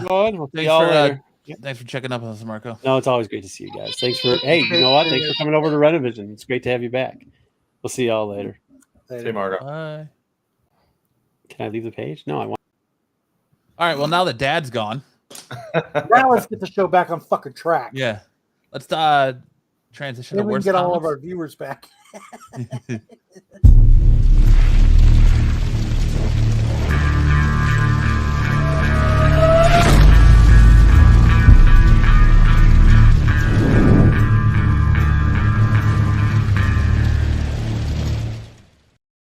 I saw a comment in the chat a little bit ago that said, move on to C2E2 Disaster, or did I miss it?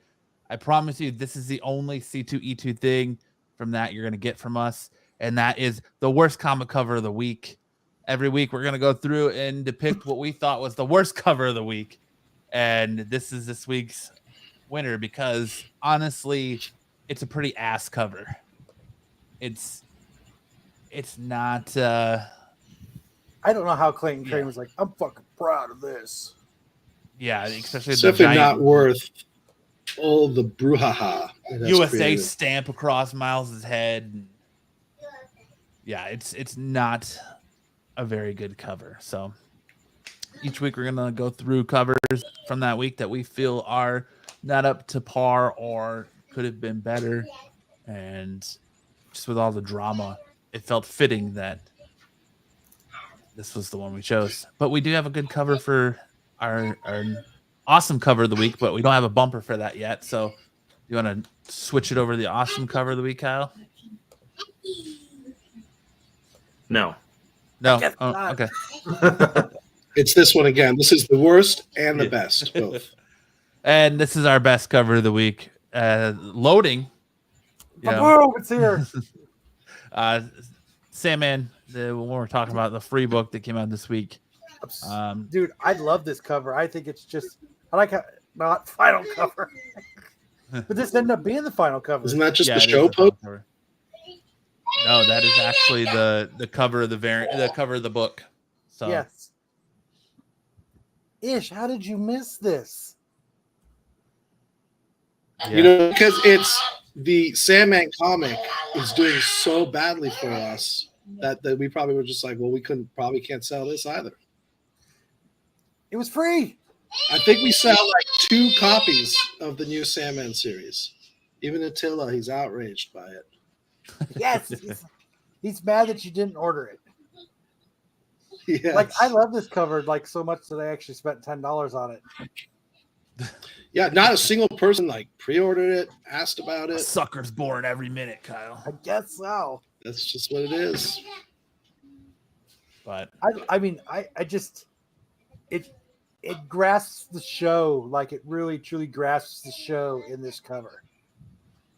yeah, And I like how I think DC, you know, he's not naked in it, so that's always a plus. I do like the helm too. Like I think you're gonna see how many dream cosplayers are you gonna see pop up next year all of a sudden at cons or even cons that are coming up. Like how many people are scrambling to make this helm? It's so dope. But Eric's comment, he buys the 2 copies. That's our data for that issue. The 2 copies that Eric buys from us.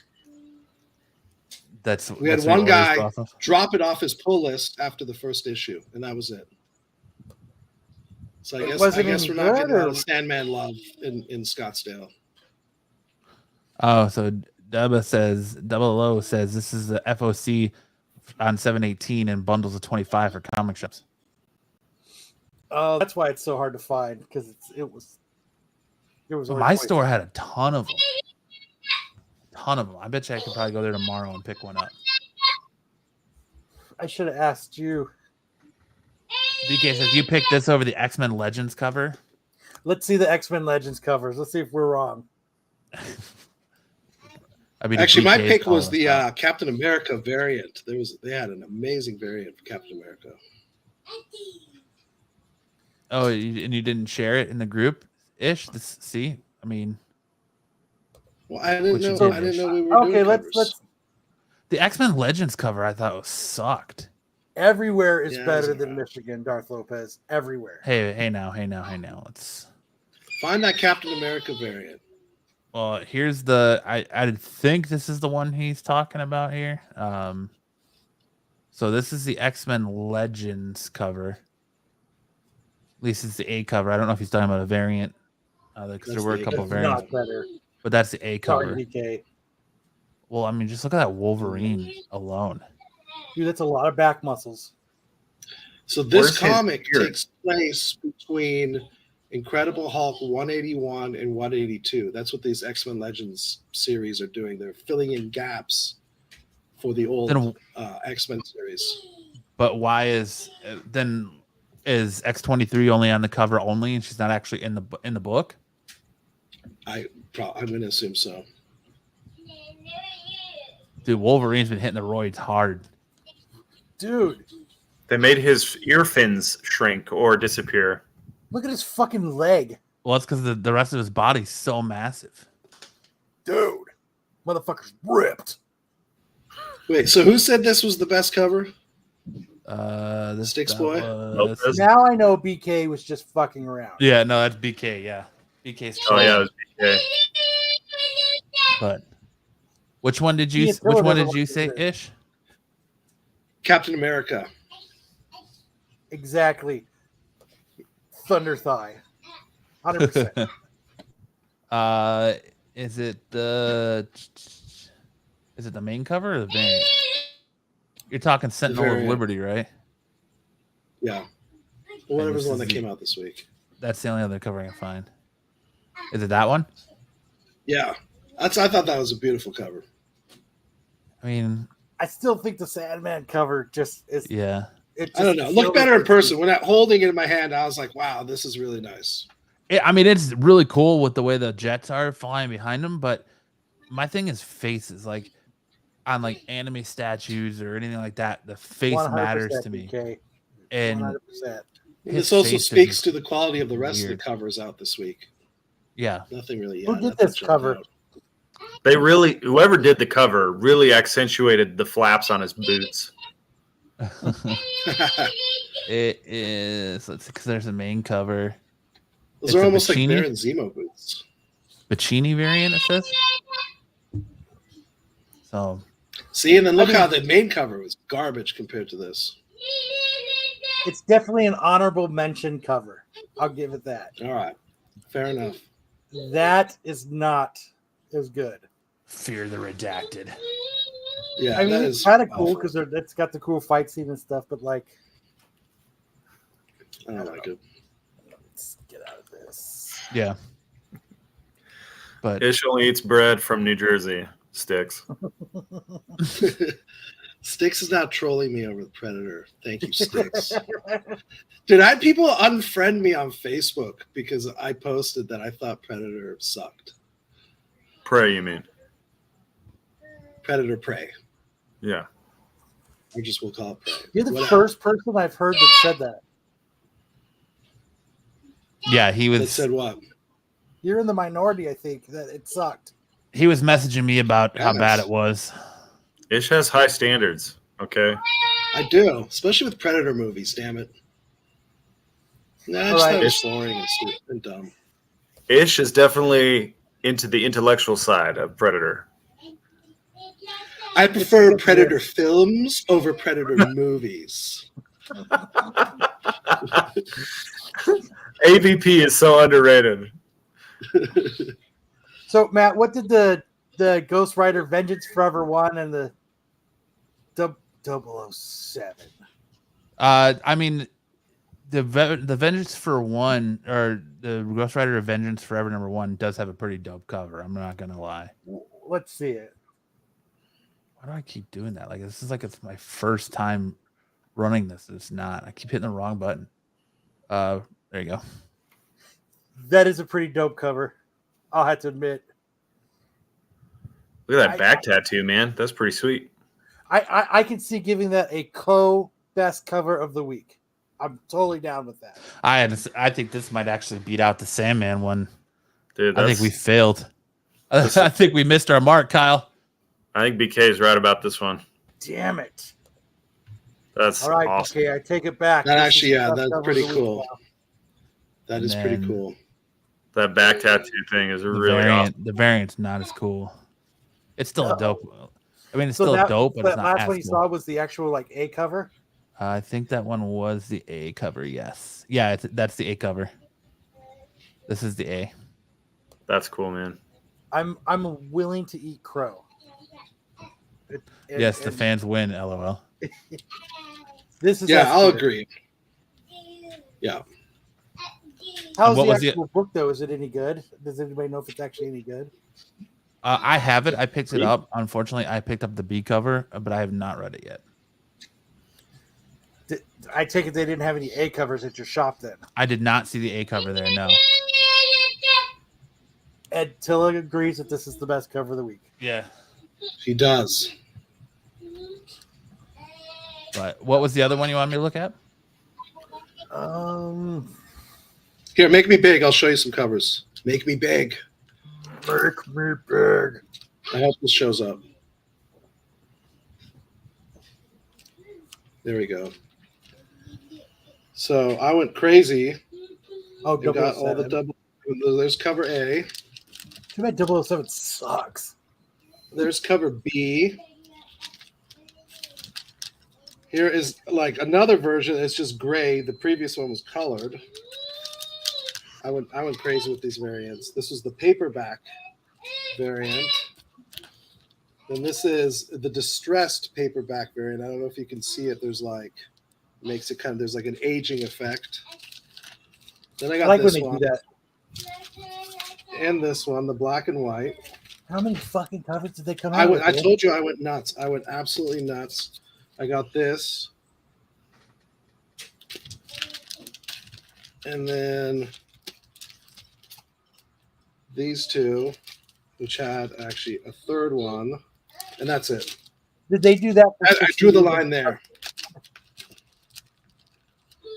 Is that what it was for? 60 years of Bond? Well, 14. I bought 14 covers of this damn first issue. You must be rich. He works at a comic shop. I bet you get this pretty sweet deal. But there's also this Predator cover, Predator #1 by RZA. That was super dope too. Yeah, Kyle, those paperback ones are Tony Fleeks. One of your favorites. Tony Fleece. Oh, Mr. man. Summer Fling. Yes, he considered us a summer flame. Mr. Stray Dogs.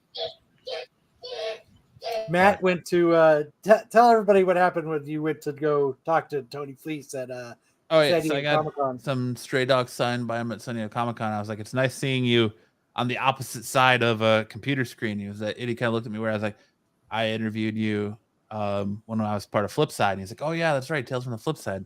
Yeah, and I was like, I started talking about Marco, and he was like, I was like, Marco's upset that you're not on the show anymore, and he's like, it's just a summer fling, man. He's like, it's just a summer fling. And summer's over. And summer's over. Yep. Yeah, he appeared like 2 hours. Like, Yeah, he didn't he just was on pop the in show a and lot. say hi. Yeah. You guys pumped him up, man. He milked us for all that we were worth. Kyle was Summer like the Fling. #1 Stray Dogs hype man.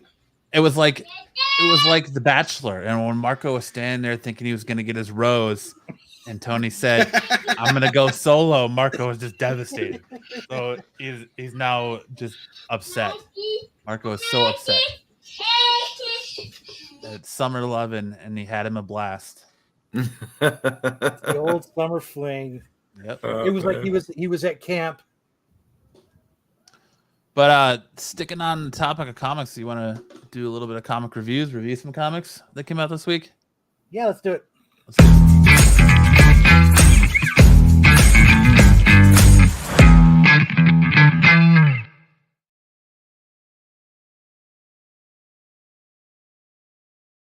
What's on the docket for comic reviews this week, Kyle? I think we start with Samurai Doggy. Samurai Doggy. So when Matt came to me and he said, I said, what books did you read so we know what to review? And he went, Samurai Doggy. I was like, hold the fuck on. I'll be right back.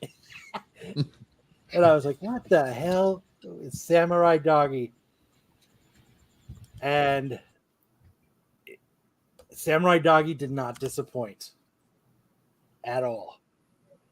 So if you guys have not read Samurai, and I think the best part is it's just a fun read. Yeah, it starts out a little sad. Little litter puppies. Oh, little litter puppies. Motherfucker comes and kills Mama. I gotta defend Mama. And but it's great, you know. And then he gets killed. The dude stabs him. He's dying. The little puppy's dying in the snow. You know, motherfucker shoots him. Come on, man. Yeah. Like Shoots him. Takes the tosses rest him of in the the puppy. air and shoots him. I'm out. I'm not going to go through all of it, though. I'm just going to kind of go through the beginning. Mechanical Crow comes, brings him back to life. You know, and then he comes back and he's fucking samurai doggy. It's a fun read. There isn't a lot of dialogue to it until like pretty much like the end of the book. It's very visually stunning. It's very beautiful to look at. Yeah, it's kind of badass. It's pretty much what he's doing is he's looking for the dude that killed his mom, and he's got like this dog collar, or some kind of bracelet dog collar thing, and he's got a scent of the person, and he's after him. He's trying to find him, and he's in this city trying to look for him. But I mean, it's a pretty action packed. It's a really fun read.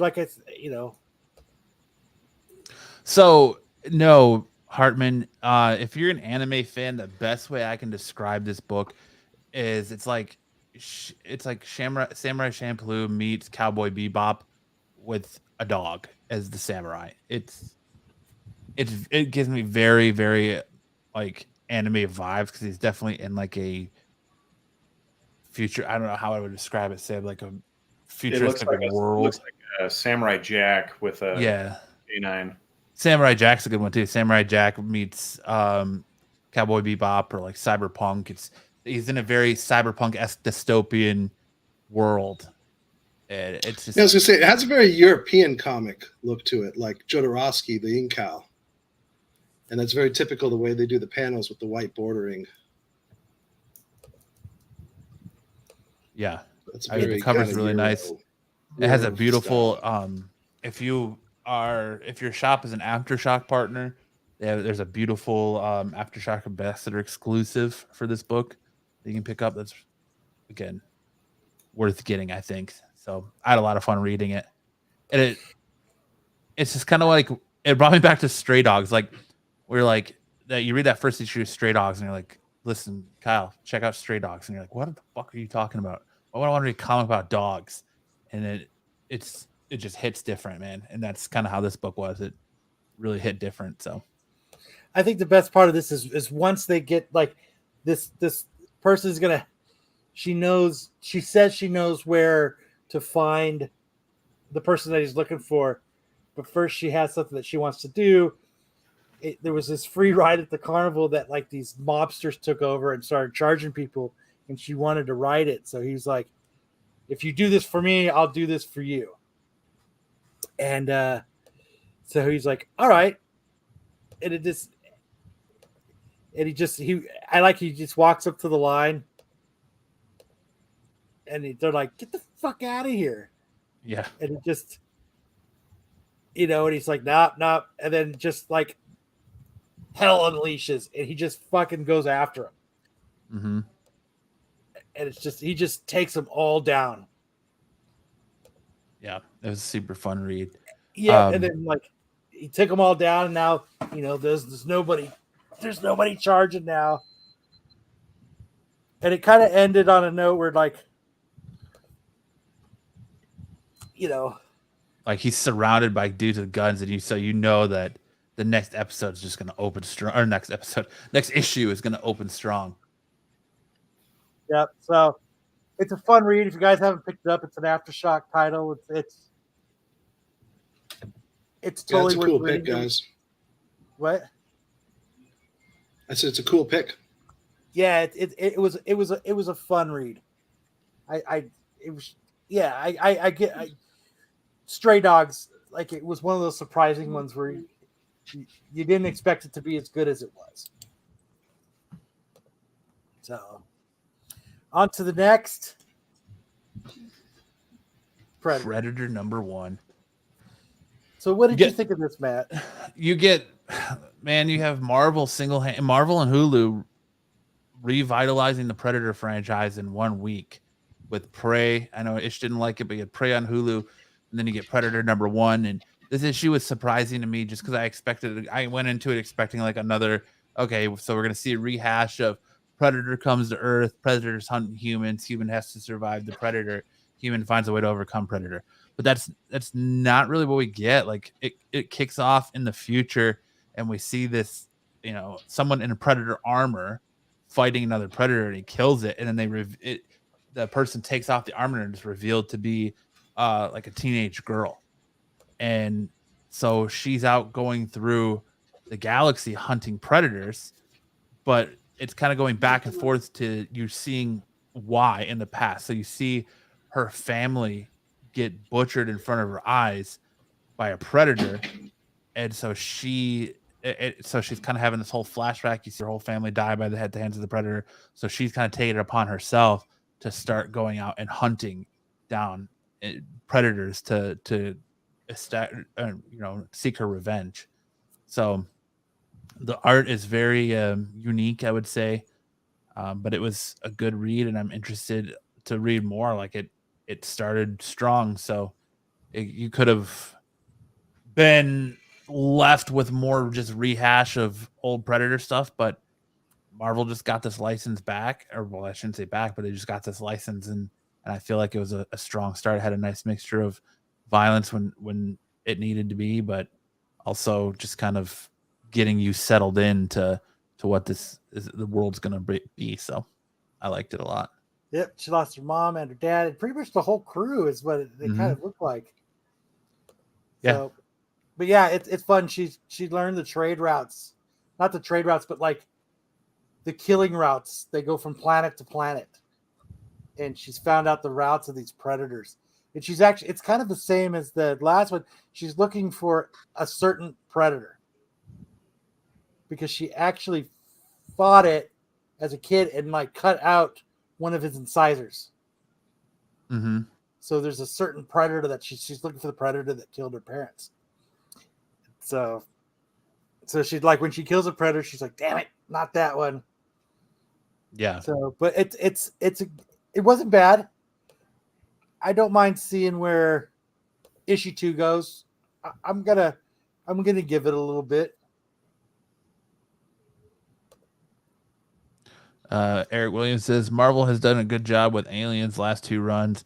So glad to hear Predator is getting good writing and artists and starting strong. Yes, it did. It was very surprising. So yeah, there's kind of what Kyle was alluding to. You see the Predator standing there without its incisor, and as her ship crash lands, because her ship is like barely holding itself together, and so you kind of see the flashback of her standing in front of her mom, dead. So I would say definitely pick it up, or don't, whatever. Yeah, fun read. Yeah, it was fun read. It's not bad. I mean, so far out of everything, I still think Samurai Doggy kind of like won this week's book for me. Yeah, it definitely did out of what I read too. So our last book is Amazing Spider-Man 7. So I wasn't up on this, and I was like, shit, it's only at issue 7. I might as well just go back and start at 1 and catch up so that I kind of know what's going on. And I think we might as well. Do you think we might as well deep dive all 7 issues while we're talking about issues? Yeah, I mean, we can go over just the story so far. I like it because Peter is he's back to trying to balancing home life, friends, with trying to still be Spider-Man. And so he's going back and forth. And what I like about this run so far is he's getting his fucking ass handed to him over and over again. It's funny, Lopez, because I actually think that this Spider-Man story is really good so far. Like, other than John Romita Jr.'s dog shit art, it's It looks like so. Like I was sending Matt pictures of issue 1. Issue 1, the art is you're like, oh my god. Like JR was like, dude, it's almost hard to read because the art is so bad in the first couple issues. yeah. And then he Real comes bad. back through. Funny enough, because it's a huge step up over his Action Comics work. But it seems like After his last run in Action Comics, like, oh, this is actually wonderful art compared to that. but you see as each issue goes, his art is getting like better. It's not great. It's still but it's better. Like you could see it's kind of improving. And like I was telling Matt is he has these horrible panels that are just like, and then you just see this other page. You're like, somebody else had to have drawn this for him because there's I think it's issue 6 when he has to team up with the Sinister Six Yeah, that's 6. to Yeah. beat the Brain. There's this huge panel of all of them, and it's incredible. And then you flip the page, and it's this terrible fucking art. And I just don't get it, like how he goes from this great panel that he just drew, and then like you go to this next thing, and it's like it's fucking terrible. What he needs to quit is, you see all these lines he's drawing on everything? He needs to quit with the lines. It makes it bad. Just He's got so lines. many lines. Every Shade lines? there's just too many goddamn lines on it. But so the story up to this point is Wilson Fisk's son is trying to make a play for his dad's old territory. Yep. And Tombstone is not allowing it, I guess, because now he's in a spot where he's sitting pretty. So so he's trying to make a play, and so he pretty much tricks. He meets up with Peter Parker and tells him that, you know, there's a war coming, and that the war is gonna be basically he's going after Spider-Man. So essentially he tricks Peter into fighting it for him and going attacking the Rose, which is Wilson Fisk's son, attacking him and just laying siege single-handedly to his hideout and wiping everybody out. And so that's kind of where we leads up to issue 6, and then issue 6 is like this one-off with the Brain, which they're using to imbue the powers of the Sinister Six in one person. And like Kyle said, there's a nice splash page towards the end of the issue with Peter and the Sinister Six fighting this thing. And then we kind of cut forward to issue 7, where Peter gets he's still dealing with the fallout of what he did, but he gets a opportunity to work for Norman Osborn. Norman Osborn offers him a new suit, which you see briefly in there. You don't see him in the suit yet, but you see briefly in there. And then it's a nice little Vulture story, because the Vulture, as Kyle showed when it opened up, the Vulture was blaming his granddaughter, basically called him a murderer and doesn't want to talk to him anymore. So the Vulture blames Peter Parker or Spider-Man for that. So he comes after him. And that's the one thing I like about Wells and Romita, is they at least make the Vulture look a little bit more menacing. Like, he just head on plows into Spider-Man as he's swinging around and just starts laying siege to him. And like I was saying, this arc so far, just like he's just getting the hell beaten out of him. Peter just gets the absolute dog shit beaten out of him. Oh, over and over and over again. Like, there's this scene where he's underneath in the subway tunnel, and he just gets his ass handed to him. And but it's, like, there's good art, and then all of a sudden there's like bad art. But this one was really good. Vulture, they're fighting, and he came, like, he destroys his web shooters. Like he can't even. Yeah. Like he's kind of just like, and he takes them super high up and he drops them, and that's where it kind of leaves off. Is it like 2 weeks Spider-Man's funeral? Like he's just fallen to earth. It was just this is because I had like I was kind of with Lopez is I had kind of given up on Spider-Man for a while, and this has kind of like brought me back in, and I'm glad to be reading like a decent Spider-Man story again. Yeah, I agree. I mean, other than the fact that I feel like they kill Peter Parker like every 6 weeks now. It's just like, all right, Yeah. but Wells and Romita, despite like I said, despite the shitty art, it's been a fun read so far.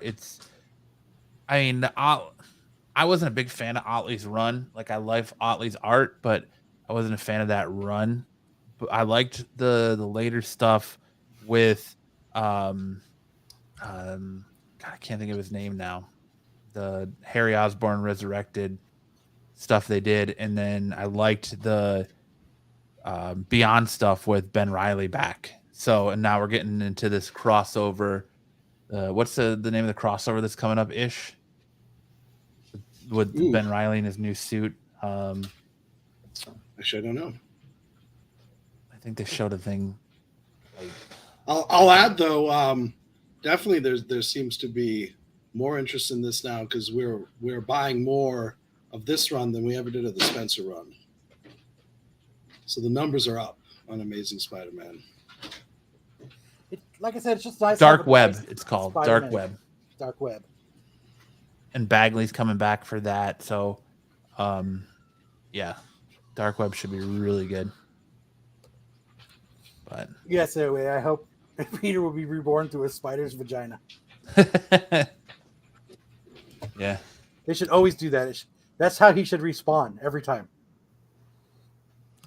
Bloop. Harvard says Richard equals Dick. Why not Peter equal Dick? That's one to ponder.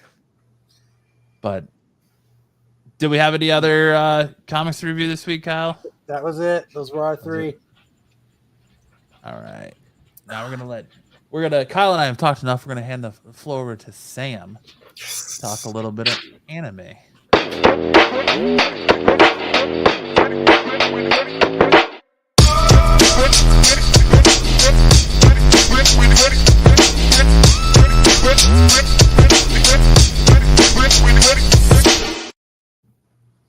All right. So first up, we are talking about Bleach. Bleach, the 1,000-Year Blood War arc, is coming to Japan in October. And it looks like Viz is the North American distributor of this anime. And it looks like they have inked a deal with Disney Plus to host it or distribute it on Disney Plus. I'm not sure I'm thrilled with this. Disney Plus, they are starting to host more mature content. And Bleach, the 1,000-Year Blood War arc, was pretty violent, and also was not a ton, but a fair bit of probably what you'd call fan service, or it could have a lot of fan service because of the girls and the way that they're drawn in this series.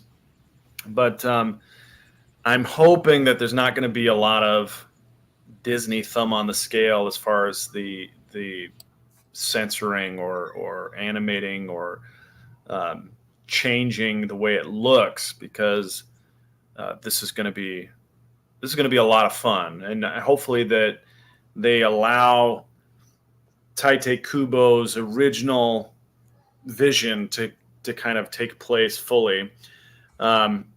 If you guys are familiar with the actual story in the comic or in the manga, Tite Kubo didn't get to finish this the way he wanted to. He had to cut it short, and it was like 6 issues shorter than it ought to have been, because the anime had been canceled already, and they just didn't give him as much rope to finish up the story as he wanted. So hopefully this is going to be his masterpiece, his vision as he originally intended, and it's not going to skip those last 6 issues. Are you scared that Disney's going to water it down? Yeah, that's what I'm afraid of. I feel like Disney doesn't really have a ton of anime or any anime content on its platform. So this could be an interesting marriage. You know, Naruto Shippuden was on Disney XD for a while, but that's different than Disney Plus. Disney XD had like some anime content that they hosted, but Disney Plus is a different thing. So fingers crossed that it doesn't get watered down or censored in any way, and they just let it play. Sweet. I'm excited for Bleach. So it's I've said it before. It's probably still one of my top. It's probably Bleach. It's probably Vash the Stampede, and then it's probably Death Note. Death Note. Death Note was a lot of fun. But Bleach, I feel like, I don't know if you guys are aware, but Tite Kubo, the author of Bleach, had a little bit of drama, a little bit of tension with the publisher, Shueisha. And that's evident in the fact that the anime ended up getting canceled, and they didn't give him the full ending that he was hoping to get. They kind of cut him short, and there's a bit of a kind of like a skip in the last few chapters that unfortunately he wasn't able to fill it out. That's a bummer.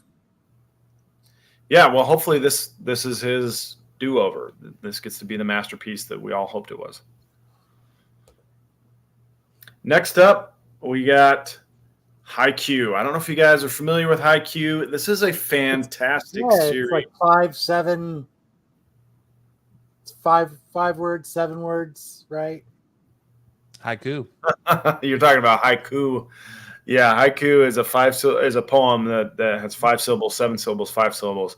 Haiku is the Japanese word for volleyball, and this is a series about a high school boys volleyball team and their efforts to become national champions. It is a fantastic series, not just sports, but anime, or not just anime, but also like a sports series. And it's inspired my son to take up volleyball, and he watches this show all the time, and he plays volleyball all the time. Well, they are getting a season 5. Season 5 is going to be hitting. We'll be looking for it sometime late next year. They need to do a dodgeball one. They did have a dodgeball anime a long time ago. Wasn't very long lived. And maybe if dodgeball becomes something better than, something more than what they have done with it right now, maybe if Triple D dodgeball becomes the primary form of dodgeball, then maybe we'd have a chance. Let's go to the next one. This is a series, Sakamoto Days.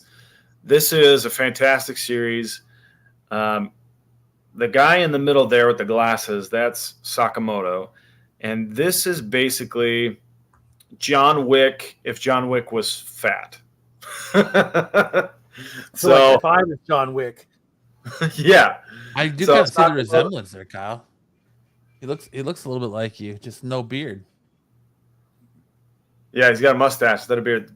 Dude, you could be Sakamoto at Comic-Con, dude. Done.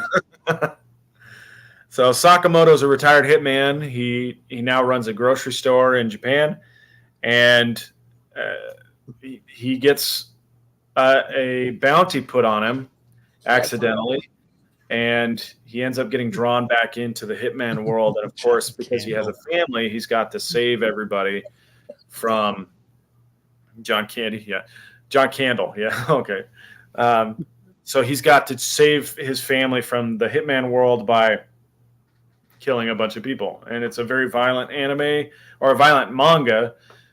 They don't shy away from the bloodshed, and this is getting an anime. So if it's something that if you guys like John Wick, if you guys like slice of life mixed with humor, mixed with violence, then this is going to be it. So look for the anime, pick up the manga, get used to it. You're going to be seeing a lot more Sakamoto Days in the coming months. So Eric asked, Sam, do you think Chainsaw Man will come to anime from the manga? Chainsaw Man has been announced. It's coming in October. It looks like it's going to be distributed by Crunchyroll to the US. And you can look up a trailer for it. There's actually 2 trailers. Second one dropped last week, and it looks amazing. It looks fantastic. So if you are a fan of Chainsaw Man like I am, anime is coming, and you got a lot to look forward to. It is so hard to see bloodshed when they're all so damn cute. That's true. So I think the last thing we have. Speaking of dodgeball, Sam has a little dodgeball clip he wants to share.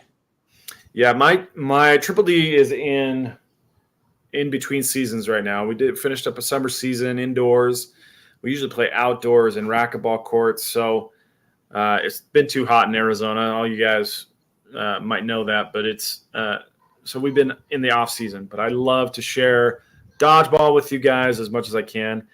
And last week, ESPN had an ESPN The Ocho showing of dodgeball.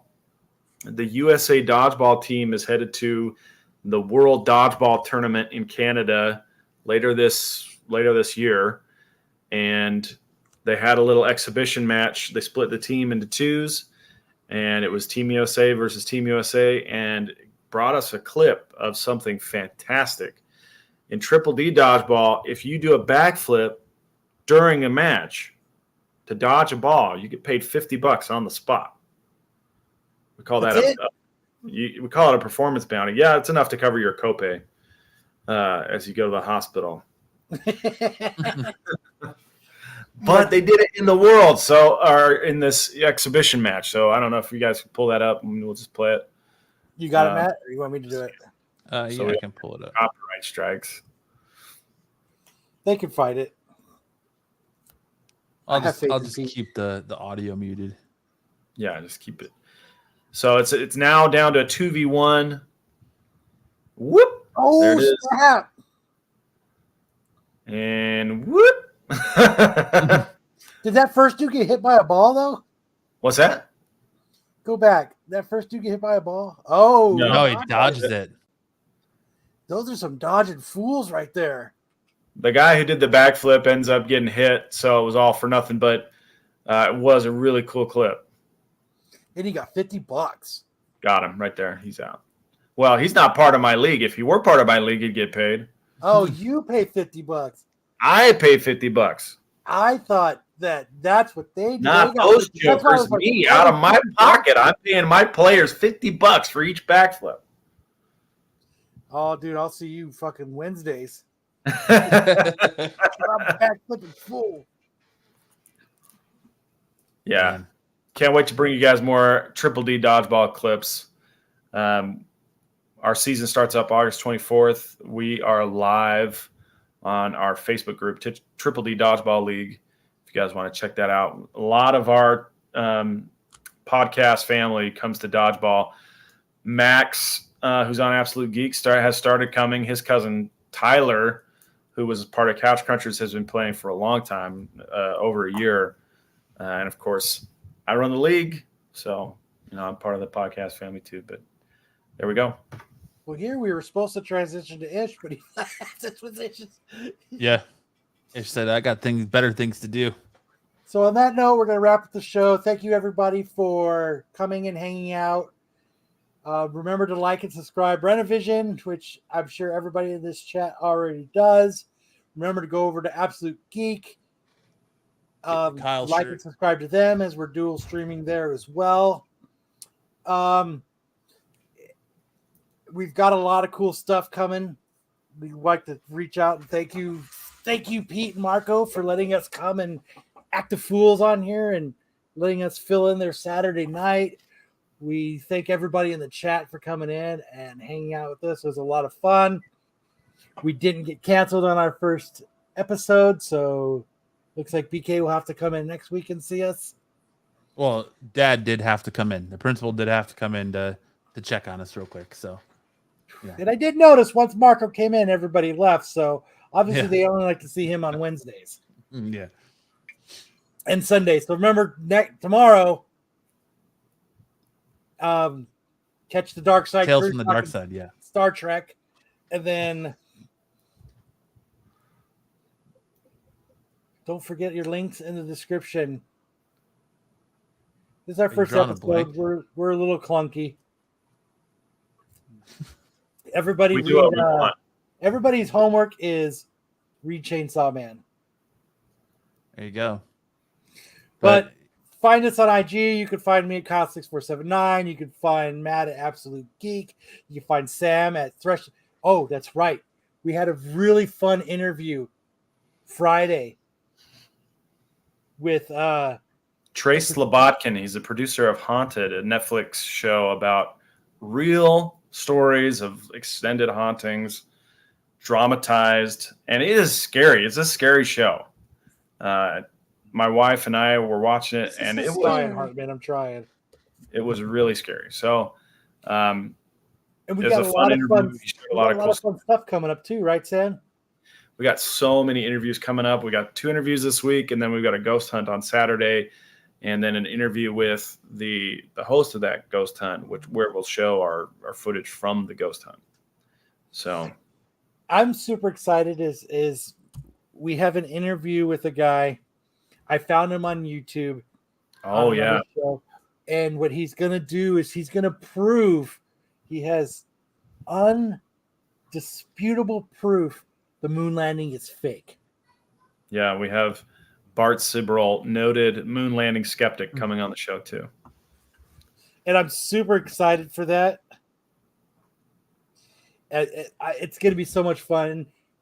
You know, like we were talking before, is we had gone to a paranormal investigator meetup, and we met some really cool people. So you're going to see a lot of cool people that we're going to be bringing on, from UFO people to ghost hunters and I'm going to try to record as much of the paranormal hunt as I can.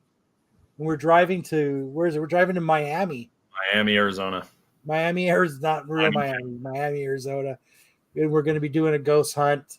And I've waited a long time to be able to do a ghost hunt and not worry about just the ghosts that live in my house, but actually try to see other ghosts. So I'm really excited about that. So if you haven't liked and subscribed to Thresholds of Reality, please do, because we're doing a lot of fun stuff in there. Lopez is a non-believer. I don't believe in no ghosts. But on that note, have a good Saturday, everyone. Enjoy the rest of your night. Yes.